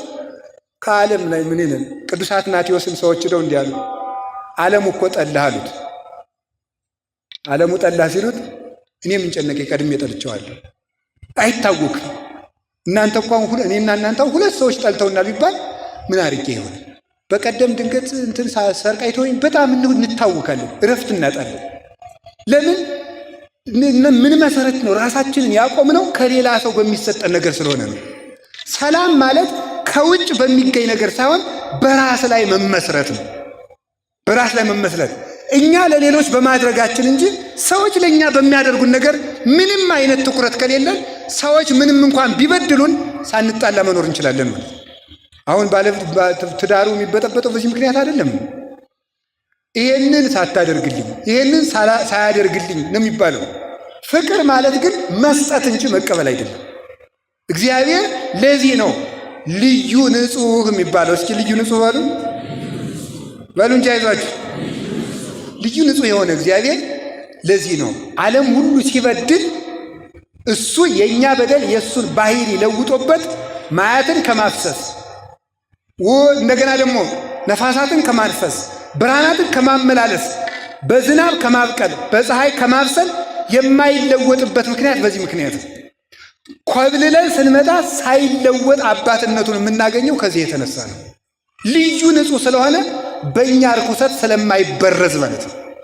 እኔን በድላችሁ ስትመጡ ተበርዤ ታገኙታላችሁ። እግዚአብሔርን ግን በድላችሁ ስትመጡ ሳይበረዝ ታገኙታላችሁ። ልዩ አባት ነው። የእኛ በደል የማያደፈርሰው የንጽህና ባህር ነው እግዚአብሔር። ይህንን ነው ቅድስት ሥላሴ የምንለው። አላችሁ የላችሁም? አላችሁን? እግዚአብሔር ከሁላችን እግዚአብሔር ልዩ ክቡር ነው። እስቲ ልዩ ክቡር ባሉ። አቤት! እኛ የምንከበረው ባገኘነው ነው። እስቲ ባገኘነው በሉ። አሁን የማይነገር ነገር አይነገርም እንጂ እኮ ብዙ ነገር ብነግራችሁ እንዴት ክቡር እንዳልሆን ማስብላችሁ። ይሄ ከኔ ጋር የተፈጠረ ነው አይደለም? ንገሩኝ በሉ እንጂ። እሺ ቀሚሱ እኔ ጋር የተፈጠረ ነው? ቆቡ እኔ ጋር የተፈጠረ ነው? ስለዚህ አባ ከብሮ መታየቱ ከውጭ ባገኘው ነገር ነው። እዚህ ባገኘው ነገር ክቡር መስሎ ይታያል። እግዚአብሔር ግን በባህሪው ከብሮ ይኖራል። በምኑ ከብሮ ይኖራል? ሰው ከሌላ ካልተቀበለ ከብሮ መኖር አይችልም። እግዚአብሔር ግን በባህሪው አሁን በሊቅነቱ ሰው ይከብረ ተምርሃው አብሮ ተፈጥሯል። ቅዱስ ጳውሎስ እንዲያ ምን ጥብቀ ዘይነሳ አይቀም ካልከ ከሌላ ያልተቀበልከው ምን አለ? እስኪ በሉ ሁላችሁም በሉ ንገሩኝ እንጂ አይን ተቀብየው በሉ ሁላችሁ ተቀብየው ነው የምትሉ። አይን፣ ጆሮ፣ አፍንጫ፣ በቃ አጠቃላይ አካል፣ ነፍስ በቃ ይሄ ሁሉ ተቀብለው ነው። ዕውቀቱን ተቀብለው ነው። ሀብቱን ተቀብለው ነው። ጤናውን ተቀብለው ነው። ክብሩን ተቀብለው ነው። ዝናውን ተቀብለው ነው። በቃ ሁሉን ነገር ተቀብለው ነው። የራስህ ባልሆነ ነገር ይውላችሁ ሰው ልመካካላችሁ የራስህ ነገር ካለ ኩራ ብለን እንመልስለታለን ማለት አለ። ነፍስና ስጋ እንኳን ያንተ አይደለም። ቀድሞ በፍጥረት የእግዚአብሔር ነው። ኋላ ደግሞ ክርስቶስ ደም ከፍሎበታልና የራስህ ነፍስ አለህን? የራስህ ስጋ አለህን? የለም። ስለምን እንዲህ አደረኩ ብለህ ትመጻደቃለህ? ብትሰግድ እግዚአብሔር በሰጠህ ጉልበት አይደለም? ብትናገር እግዚአብሔር በሰጠህ አንደበት አይደለምን? ምን ያንተ የሆነ ነገር አለ? እንዲህ ያለውን ትምክህት እግዚአብሔር ያርቅልን። የራሳችን ነገር መዘርዘር፣ ስለ ራሳችን በእውነቱ በማሰብ በመጨነቅ ጊዜያችን የምናሳልፈው ሰው ምን ሊሆኑ፣ ሰው ስለ እኔ ምን አስቦ ይሆን፣ ሰው እኔን ቢወደኛል ይጠላኛል፣ እንዴት ያለው ሰው ነኝ፣ ሰዎች ስለ እኔ ምንድን ነው የሚያስቡት፣ በሰዎች ዘንድ እኔ ምን ምስል አለኝ ብሎ መጨነቅ አይገባል። ምን ያስጨንቃል? እግዚአብሔር በሰጠህ ነገር ከብረህ ኑር። አሁን ይህ ሁሉ እየጣየት ይሄንን ሁሉ ድሪቶ ያመጣው ምንድን ነው? መጨነቅ እኮ ነው። ሴቶቹ አሁን መከራችሁን የምታዩት እንዲህ የጆሮ ጉትቻ አንሶ የአፍንጫ ሁሉ እስከሚመጣ ድረስ የከንፈር እንዲያውን በዚህ ቀይ ቅብት ምንድን ነው? ጅልነት አለ። መጨነቅ እኮ ነው። እንግዲህ ያለ እግዚአብሔር የምትቀቡት አፋችሁን። ሰው እንዴት ነው ከንፈሬን የሚያየው ነው እኮ። ለእግዚአብሔር ነው አፍንጫችሁ ላይ ጉትቻ የምታደርጉት? ለእግዚአብሔር ነው ወይ ከንፈራችሁ ላይ ቀለበት የምታደርጉት? ለሰው አይደለም። ለእግዚአብሔር ተጨንቆ መኖር ይገባል። በእግዚአብሔር ፊት ስላለን ውበት፣ በሰው ፊት እንዲህ ያለን ደምቀን በእግዚአብሔር ፊት ከቁራ የጠቆርን አይደለምን? ክፋት ያጠቆረን፣ ቂም ያጠቆረን፣ ተንኮለኞች፣ ነገረኞች፣ ምክንያተኞች፣ ሰበበኞች፣ አመካኞች፣ ዳተኞች፣ ከዳተኞች፣ ሸንጋዮች፣ ውሸታሞች፣ ሌቦች፣ ሐሜተኞች ነን። ይህንን ክዶ አንችል በዚህ ጠቁረን እንዲህ ይገርማል። የሆነ ሰው አሁን ነጭ ካባ አድርጎ የግራውን ካባ ገጣም አድርጎ ጭቃ ቀብቶ በቀኙ ደግሞ ሽቱ በደንብ አድርጎ ተረጭቶ ጀለል እያለ የሚመጣው ምድር ላይ ይህ ሰውዬ ዘመድ የለውም እንዴ ትላላችሁ አይደል? የሚመክር የለውም ወይ? በአንድኛ እኮ ነፍሳችን እንዲሁ ነው ጨልሞ እላይኛው ስላለው ነገር ጭንቅ ብሎ ተጨንቀን ተጠበን። እስቲ አሁን እንግዲህ እስኪ የተደረገውን ይህን ምንጣፍ አስቡ። ነፍሴ ግን ምን አይነት ምንጣፍ ላይ ትቀመጥ ይሆን ብለን አስበን እናውቃለን? ይህ ሁሉ ምንጣፍ የተነጠፈለት አሁን ተነጠፈ። ይሄ በእርግጥ ለእግዚአብሔር ክብር ነው፣ ለጉባኤ ክብር ነው። በእርግጥ ደግሞ መቼስ ለእኛ መስደቢያ አይደለም የሆናችሁ። የምትሰበኩትን ስብከት እኮ ለመሳደቢያ ነው የምትጠቀሙ። አንዱ ሰባኪ የሰማችሁትን ስብከት ለሌላ ሰባኪ መሳደቢያ ነው የምታደርጉት። ችግሩ ይሄ ነው። ወንበሩ የተነጠፈ ለክህነት ክብር ነው እንጂ ለአባ አይደለም። በዚያውም እንድታውቁት ነው።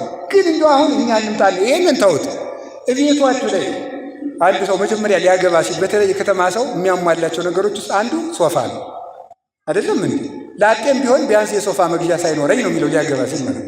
ስለ ነፍስ ሶፋ አስበህ ታውቃለህ? ይሄ ስለዚህኛው መጎለቻ ነው የሚታወቀው። ነፍስ እንዴት ያለ የሚቆረቁር ገሃነም ላይ እንደምትወረወር አስበን እናውቃለን? ስለ ነፍሳችን አልጋ አስበን እናውቃለን? ስለ ነፍሳችን መጋረጃ በብርሃን መጋረጃ ተጋርዳ እንድትኖር የሚያደርጋትን ስራ ሰራን። በጨለማ መጋረጃ ተጋርዳ እለይታከዩ የማይደክሙ አጋንንት ከሚገርፋት ቦታ ውስጥ እንደምትኖር አስበን እናውቃለን? ያንስ ዛሬ ሊሆን እንደሚችል አስበን ታውቃለን? የሰው ልጅ ባልጠረጠራችሁት ጊዜ ይመጣል ተብሎ ተጽፏል እኮ። ዛሬ ማታስ እንድንሆን እንወሰን ነው በምን እናውቃለን? እና ወገኖቼ ከሌላ ያገኘነው ነገር እንጂ የራሳችን ነገር ስለሌለ መመካቱን ትምክቱን በእውነቱ እግዚአብሔር ያርቅልን። እንደ ትዕቢት ያለ እንደ ኩራት ሰው በሕይወት ዘመኑ ወደ ላይም ራሱን ማነጻጸር አይገባው፣ ወደ ታችም ራሱን ማነጻጸር አይገባው። ወደ ላይ በሞቱ ከዚህ ዘመን መነኩሴ ማን ያልሻል ብላችሁ አታውቁም? እውነቴን ነው ብላችሁ አታውቁም? ይሻላል እንዴ? ከነሱ አለመመንኮስ ይሻላል። በምንድን ነው የምትሻሉት? እንዴው መነኩሴ እኮ ሰኞ ቢስት ማክሰኞ ደግሞ ያለቅሳል። እንዴው በምን ትሻላላችሁ? በምንም አትሻሉ። አንድ መነኩሴ ምን ይላል? እንዴው በዘኮነ ኮይ ነው ይሄ ይስ መነኩሴ ይላል። እንዴው ምንም በላይ እንዴው መነኩሴ ይሻለኛል ያለው እነታቸው ነው። እኔም መነኩሴ ስለሆንኩ መነኩሴን አላጣጥልም። ስለዚህ ምንድነው ወደ ላይ አሁንማ ከጳጳሳት ሁሉ እኩል መሆን ጀምራቸዋል እኮ። ከፓትርያርኩም ማነጻጸር ጀማምራቸዋል እኮ ማለት ነው። ማነጻጸር ደግሞ ጭራሽ ከእመቤታችንም የሚያነጻጽሩ አሉ።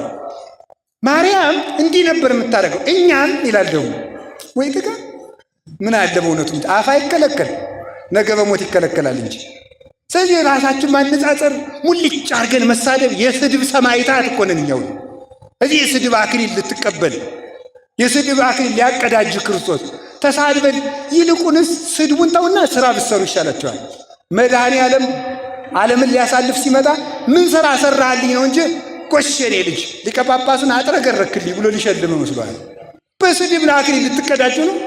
ስለዚህ ኩራታችን ትተን ወደ ላይ ራሳችን እንዲያነጻጸር ብድግ ብሎ አሁን ከዳተኛ ትውልድ ተነስቶ አይደለም። ጳጳሳቱ በሙሉ ወድቀዋል፣ መነኮሳቱ ወድቀዋል፣ በርኩሰት ተይዘዋል፣ አጋንንት አለባቸው፣ የ666 ተከታይ ናቸው። ስለዚህ በቃ እኛ የተሻለ ትውልድንን ከዚህ ትዕቢት እግዚአብሔር ይሰውረን። እቴቱን ማምላክን መቁጠሪያ ሲቆጥሩ ሲያለቅሱ ኖረው ከገዳም ስንት ዓመት ተፈትነው የመነኩሴን የወሩን ፈተና እንኳን እንደሆነ ባቀመሰልኝ እግዚአብሔር ለእናንተ የአንድ ወሩን ፈተና ባቀመሳችሁ አብዳችሁ ነበር የምትሄዱት። ልብሱን ካለበሳችሁ ሰይጣን የእኛን ፈተና አይፈትናችሁ በምን ታውቁታላችሁ? እነዚህ ሊቃነ ጳጳሳት እኮ ስንት ዓመት ተፈትነው ነው። እኔ ጳጳሳት ልካውኝ እንደምናገር እንዳይመስላችሁ፣ እውነቴን ነው። ነገ የሚፈረድብንን ነገር ነው የሚነግራችሁ። እንዲሁ ምን አለ እኔ ክፉ ነኝ ማለት እንጀምር እስቲ። ሁላችሁ እኔ ክፉ ነኝ በሉ። እኔ ክፉ ነኝ ካልን ቅዱስ ጳውሎስ እንዲህ አለ፣ ለመኮነነ ርዕሰነ እሚተኮነነ በራሳችን ላይ ብንፈርድ ባልተፈረድብን ነበር ብሎ እንደተናገረ። እንግዲህ በመጨረሻ ስናገር ልዩ ንጹሕ እግዚአብሔር ነውና ሰው ሲወድቅ ሲነሳ ነውና ልዩ ንጹሕ ማን ነው በሉ ንገሩኝ በሉ እንጂ። ጳጳሳቱ ወድቀዋል፣ ካህናቱ ረክሰዋል። ስለዚህ ከቤተ ክርስቲያን ውጡ የሚል ቡድን አሁን ተያይዟል። የመንደር ተኩላ ከክርስቶስ ሥጋና ደም አውጥቶ በየመንደሩ ዳቦ እያስቆረሰ ቀይ ቢጫ አረንጓዴ ባንዲራ እያሰቀለ የኢትዮጵያ ትንሣኤ ተቃርቧል የሚል የመንደር አውደልዳይ በስቷል። አሁን እኛስ ቢሆን ጳጳሳት አይሰናከሉም ብለናል። ዲያቆኑ ሲጸልይ ምንድን ያለ መሐሮሙ ጊዜው ወተሳሃሎሙ ለሊቃነ ጳጳሳት። ደግነቱ እናንተ እንግሊዘኛ እንጂ ግዛ አሰሙ። ቅዳሴው ላይ ምንድን ነው የሚለው? አቤቱ ሊቃነ ጳጳሳቱን ማራቸው። እስኪ በሉ ሊቃነ ጳጳሱ ምን በላቸው ነው ያለ? ማራቸው። ስለሚበድሉ እኮ ነው ማራቸው የተባለ። ድሮ ስላይበድሉ ነው እንዴ? የማይበድልማ እግዚአብሔር ብቻ ነው። ንጹሕማ እሱ ብቻ ነው። ግን የሚበድሉ ቢሆን እንኳን እነሱ ቢበድሉ እኛ ብንበድል ካህናት ብንበድል ክህነቱ አይበደልም፣ ቆቡ አይበደልም፣ አስኬማው አይበደልም፣ መስቀሉ አይበደልም፣ ቅዳሴው አይበደልም፣ ማኅሌቱ አይበደልም፣ ስርዓቱ አይበደልም፣ ፍትሐቱ አይበደልም፣ ክርስትናው አይበደልም። ምን ማለት ነው? እግዚአብሔር ለእናንተ የሚሰጠውን መግቦት አያቋርጥባቸው። የእኛ ኃጢአት እንደተስቦ በሽታ በቡራኪያችን በኩል ወደ እናንተ የሚተላለፍ አይምሰላችሁ። አይተላለፍም። እኔው ተሸክሜው ነው የሚቀረው። ለእናንተ በረከቱ ይመጣል፣ ለእኔ መርገሙ ይቀረኛል። ኋላ የምቀጣበትን እቀበላለሁ። ይህን ማወቅ አለብን። ድሮስ ቢሆን አሁን ብዙ ካህናት እየተሳሳቱ ስለሆነ አሁን ቤተ ክርስቲያን እንዴ እኔ ድሮስ ቢሆን የማይሳሳት ጳጳስ ነው እንዴ የምከተለው? የማይሳሳት መነኩሴ ነው የምከተለው? የማይሳሳተውን ክርስቶስን ነው የምከተለው። ማንን ነው የምከተል በሉት ሁላችሁ። ልዩ ንጹሕ። ለዚህ ነው ልዩ ንጹሕ ያለው እግዚአብሔር እሱ ነው። ከሊቃነ ጳጳሳት እሱ ንጹሕ ነው። ከነቢያት ይልቅ እሱ ንጹሕ ነው። ከሐዋርያት ማኅበር ንጹሕ ነው። ከሌላው መኑ ይመስለከ እምነ አማልክት እግዚኦ። አቤቱ ከአማልክት እንዳንተ ያለ ማን ነው?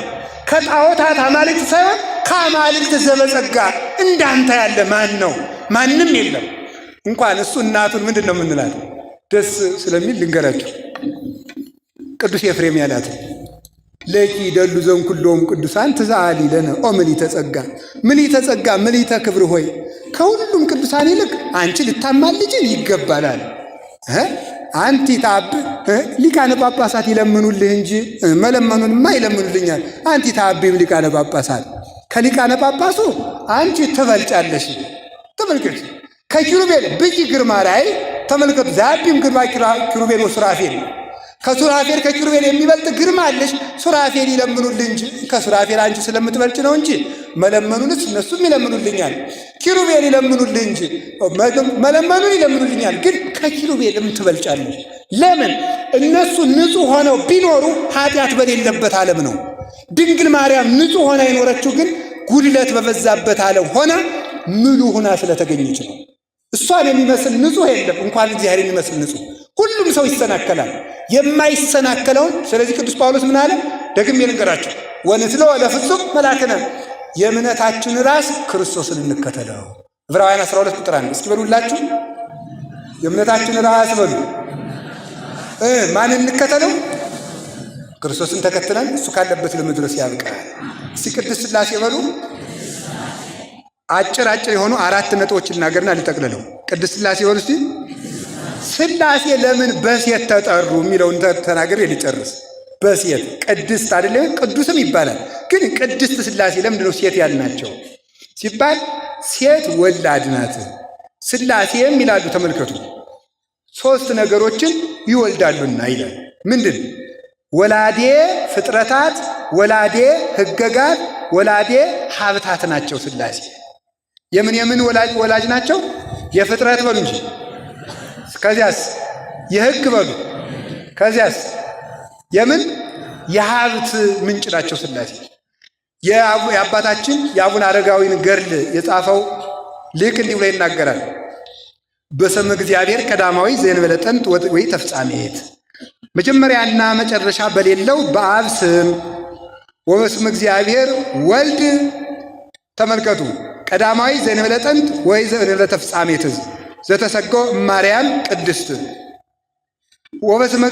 ተመልከቱ፣ ከእመቤታችን ከቅድስት ድንግል ማርያም ሰው በሆነ መጀመሪያና መጨረሻ በሌለው በወልድ ስም በስመ እግዚአብሔር መንፈስ ቅዱስ ቀዳማዊ ዘእንበለ ጥንት ወይ ተፍጻሜት ዘነበበ በነቢያት እምቅድመ ይረድ ላይ ለሐዋርያት፣ በሐዋርያት ላይ ከመውረዱ በፊት በነቢያት ትንቢት ባናገረ መጀመሪያና መጨረሻ በሌለው በመንፈስ ቅዱስ ስም ይልና ምን ይላል?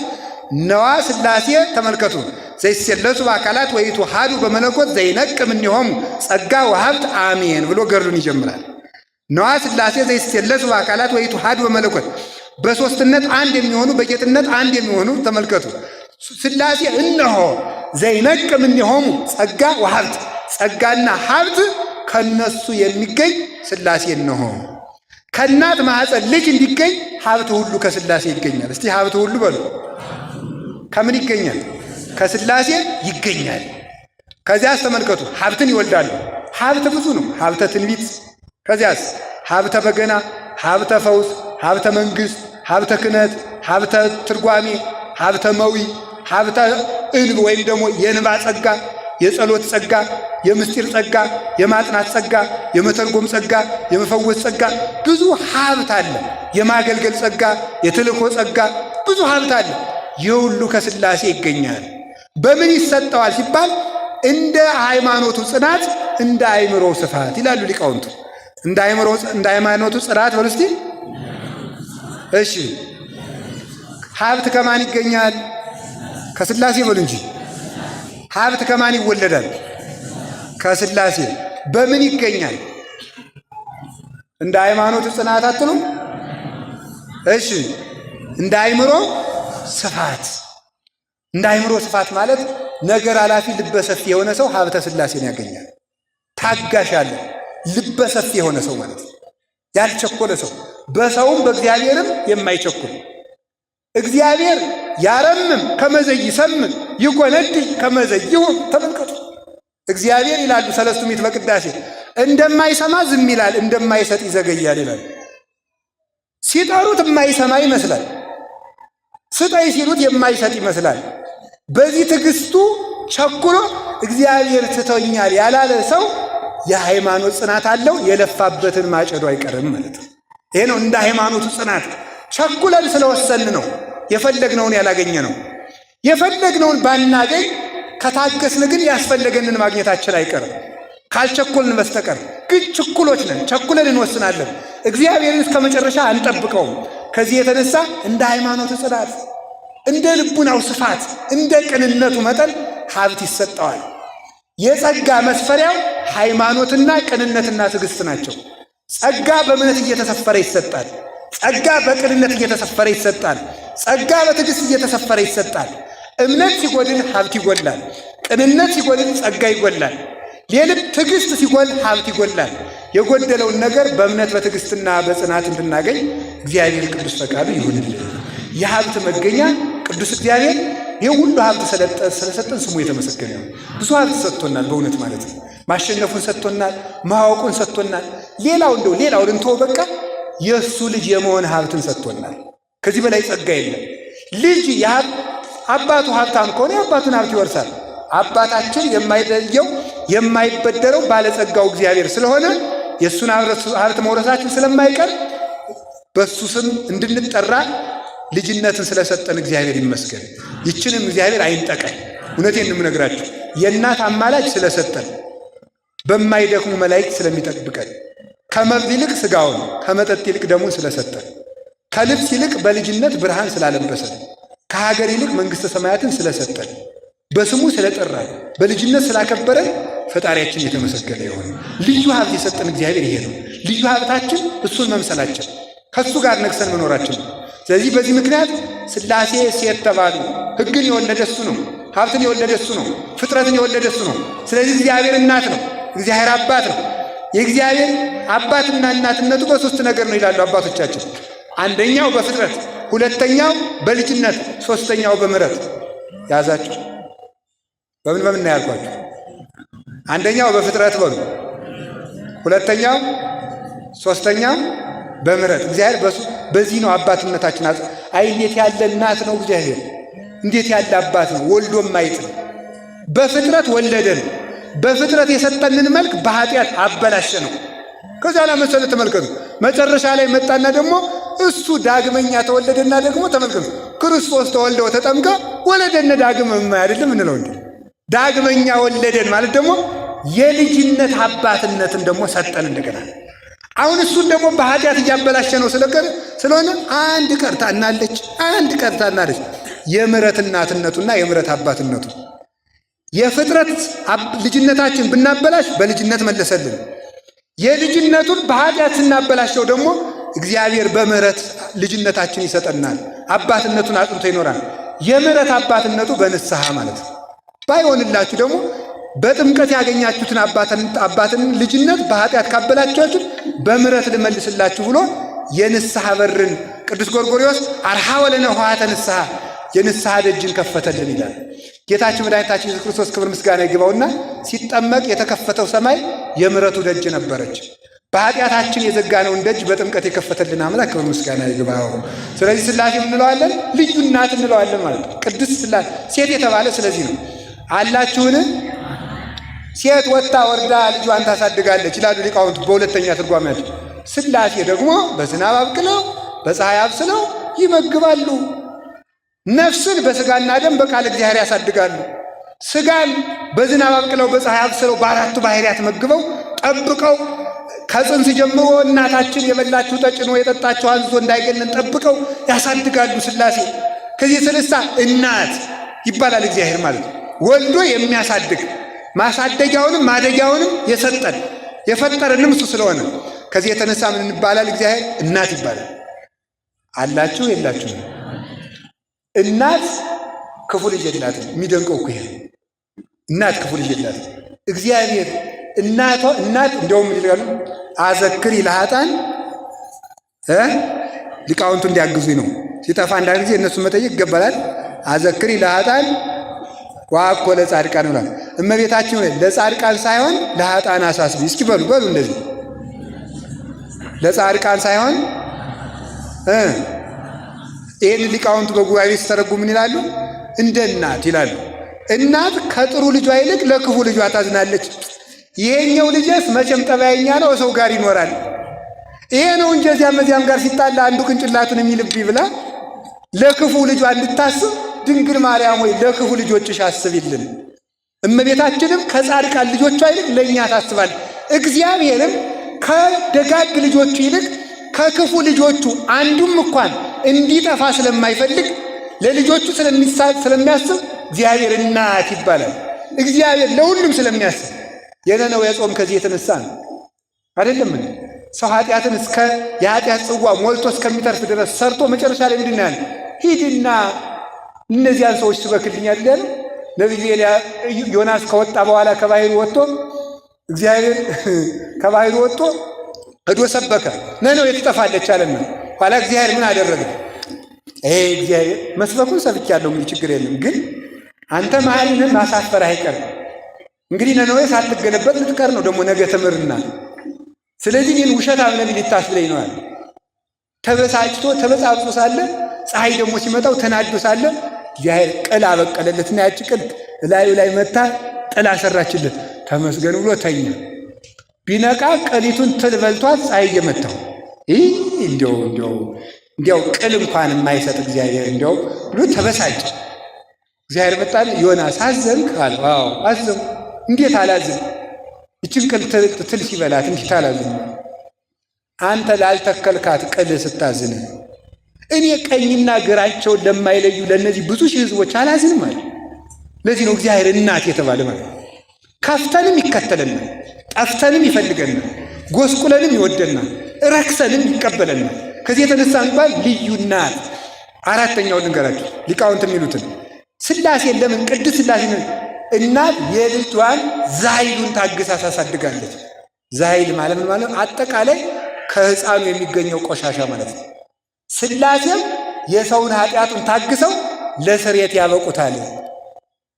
እናት ያንን ከእናቱ ላይ እንዲያ የሚሆነውን ሕፃን ራስን ችሎ የሚገማሸር ልጅ አድርጋ እንደምታሳድገው፣ ቆሻሻን የሚጸየፍ አድርጋ እንደምታሳድገው ሥላሴ በኃጢአት ይንከባለል የነበረውን ሰው እንደገና በክንፍ የሚበር እስኪሆን ድረስ በንስሐ ያሳድጉታል። ቆሻሻን ታግሶ የሚያሳድግ ማን? እናት እግዚአብሔር። እናት ቆሻሻን ታሳድጋለህ፣ እግዚአብሔርን በንስሐ ያሳድጋል። አንድ ያደገ አባት እንገራለን፣ ቅዱስ ያዕቆብ ይባላል። ሰሞኑን ካረፉ አባቶች በስንክሳር ታሪካቸው ከተዘገቡ አባቶች አንዱ ነው እና ሰይጣን መቼስ ተንኮለኛ ገዳም ሲጋደል ዋሻው ሲጋደል በአንድ ሰውዬ ልጅ ላይ ሰይጣን አደረባት። ወደ አባ ያዕቆብ ልውሰዳትና ትዳን እንጂ ብሎ ወሰደ። እሱ ሲጸልይላት ዳነች። ስትድን ሰይጣን ምንድን ያደረገ በሰዎቹ አድሮ አባ በደንብ እንዲሻላት እርስዎ ጋር ትሰንብት ብለው ጥለዋት ሄዱ። ሲጸልይ ይችን ልጅ እያሰበ በዝሙት መፈተን ጀመረ። ከዚህ በኋላ ሲፈተን መጨረሻ ላይ ከዚች ሕፃን ጋር በኃጢአት ወደቀ። ኃጢአትን ሰራና ደግሞ ሄዳ ተናግራ አባ ገሌ ይህንን ኃጢአት ሰርቷል አባ ያዕቆብ ብላ ልታረክሰኝ ስሜን ልታጠፋው አይደል ብሎ ደግሞ ገደሏት። የበደል ማለት ይህንን አድርጎ ሲያበቃ ተስፋ ቆርጦ እኔ እንግዲህ የዘሞትኩ ቆቤን የጣልኩ ሰው ነፍስ የገደልኩ ሰው ምን መነኩሴ ነኝ? ቆቤን አውልቄ በከተማ ልኑር ብሎ ወደ ከተማ ሄደ። እግዚአብሔር ቸር አይደል? በጥንክርናችን ዘመን ያደረግነውን መልካም ነገር በድካማችን ጊዜ ያስብልናል። ከዛ በኋላ ያንን ድካሙን ከንቱ አላስቀረበትም። አሰበለትና ሌላ ቅዱስ አባት ላከለት። ወዴት እየሄድክ ነው? ተስፋ ቆርጬ ወደ ዓለም እየሄድኩ እንዲሁ በል ተመለስና ንስሐ ግባ፣ እግዚአብሔር ይምርሃል አለ። 30 ዓመት ራሱን ከተቆረቆረ ግንድ አስገብቶ አስሮ አለቀሰ። 30 ዓመት ሁሉ አልቅሶ ምንም ነው እውነት እግዚአብሔር ምሮኝ ሆነ ወይ? እግዚአብሔር ተመልክቶ አያችሁ፣ የእናት የልጇን ቆሻሻ እንደምታገዝ መነኩሴ ሆኖ መዘሞት ይሄንም እግዚአብሔር ቻለ። እናት አይደል? መነኩሴ ሆኖ መግደል ይሄንም ቻለ። እናት አይደል? ቻለ። ኋላ ሊያሳድገው ነው። ወደ ምን ሊያሳድገው ነው? እስከ የት እንዳሳደገውማ ላሳያችሁ። ወሰደና ምን አደረገው መሰላችሁ? እዚያ ሲያለቅስ እውነት ግን እግዚአብሔር ይቅር ብሎኝ ይሆን ሲል እግዚአብሔር ድርቅ አመጣ። በዚያች ሀገር መከራ መልካም ነገርን ይዞ ይመጣል የሚባለው ለዚህ ድርቅን አመጣ። የሀገሩ ሰዎች ሁሉ ምህላ ያዙ። በእውነት ተስተካክሎ ማለት ነው። እንደኛ እየዘፈኑ አይደለም ምህላ። አሁን እኮ የኛ ምህላ እኮ ያስቃል። እግዚአብሔርን እንደው በብልጣ ብልጥነት በምህላይቱ ሰላም እንዲያመጣልን እግዚኦ ማረነ ብቻ ነው። ተስተካክሎ ነው ምህላ መስተካከል አለብን በእውነቱ ማለት ነው። ወነጸረ እግዚአብሔር ላይ አቤል ወላይ ለመስዋዕቱ ወይነጸረ እግዚአብሔር ላይ ቃየል ወላይ ለመስዋዕቱ። እግዚአብሔር ወደ ቃየልና ወደ መስዋዕቱ አልተመለከተም። ከምህላችን ጋር እኛም አብረን ስለምንታይ እንስተካከል ነው እንጂ ምህላው ይቋረጥ ማለት አይደለም። ከዚያ ተመልከቱ ምን ሆነ? ሊቀ ጳጳሱ ህዝቡን ይዞ ምህላ ሲገባ እግዚአብሔር እንዲህ አለው፣ አባ ያዕቆብ ካልጸለየላችሁ ዝናብ አይዘንም ማለት ነው። እግዚአብሔር እሱን እንደማረው ለማሳየት ነው። ኋላ ይደው አባታችን ዝናብ ቀርቶብን ጸልይልን ይዝነብልን። አይ እኔ በደለኛ ሰው ነኝ፣ እንዲያውም ዝናቡ በእኔ ቀርቶ ሊሆን ይችላል።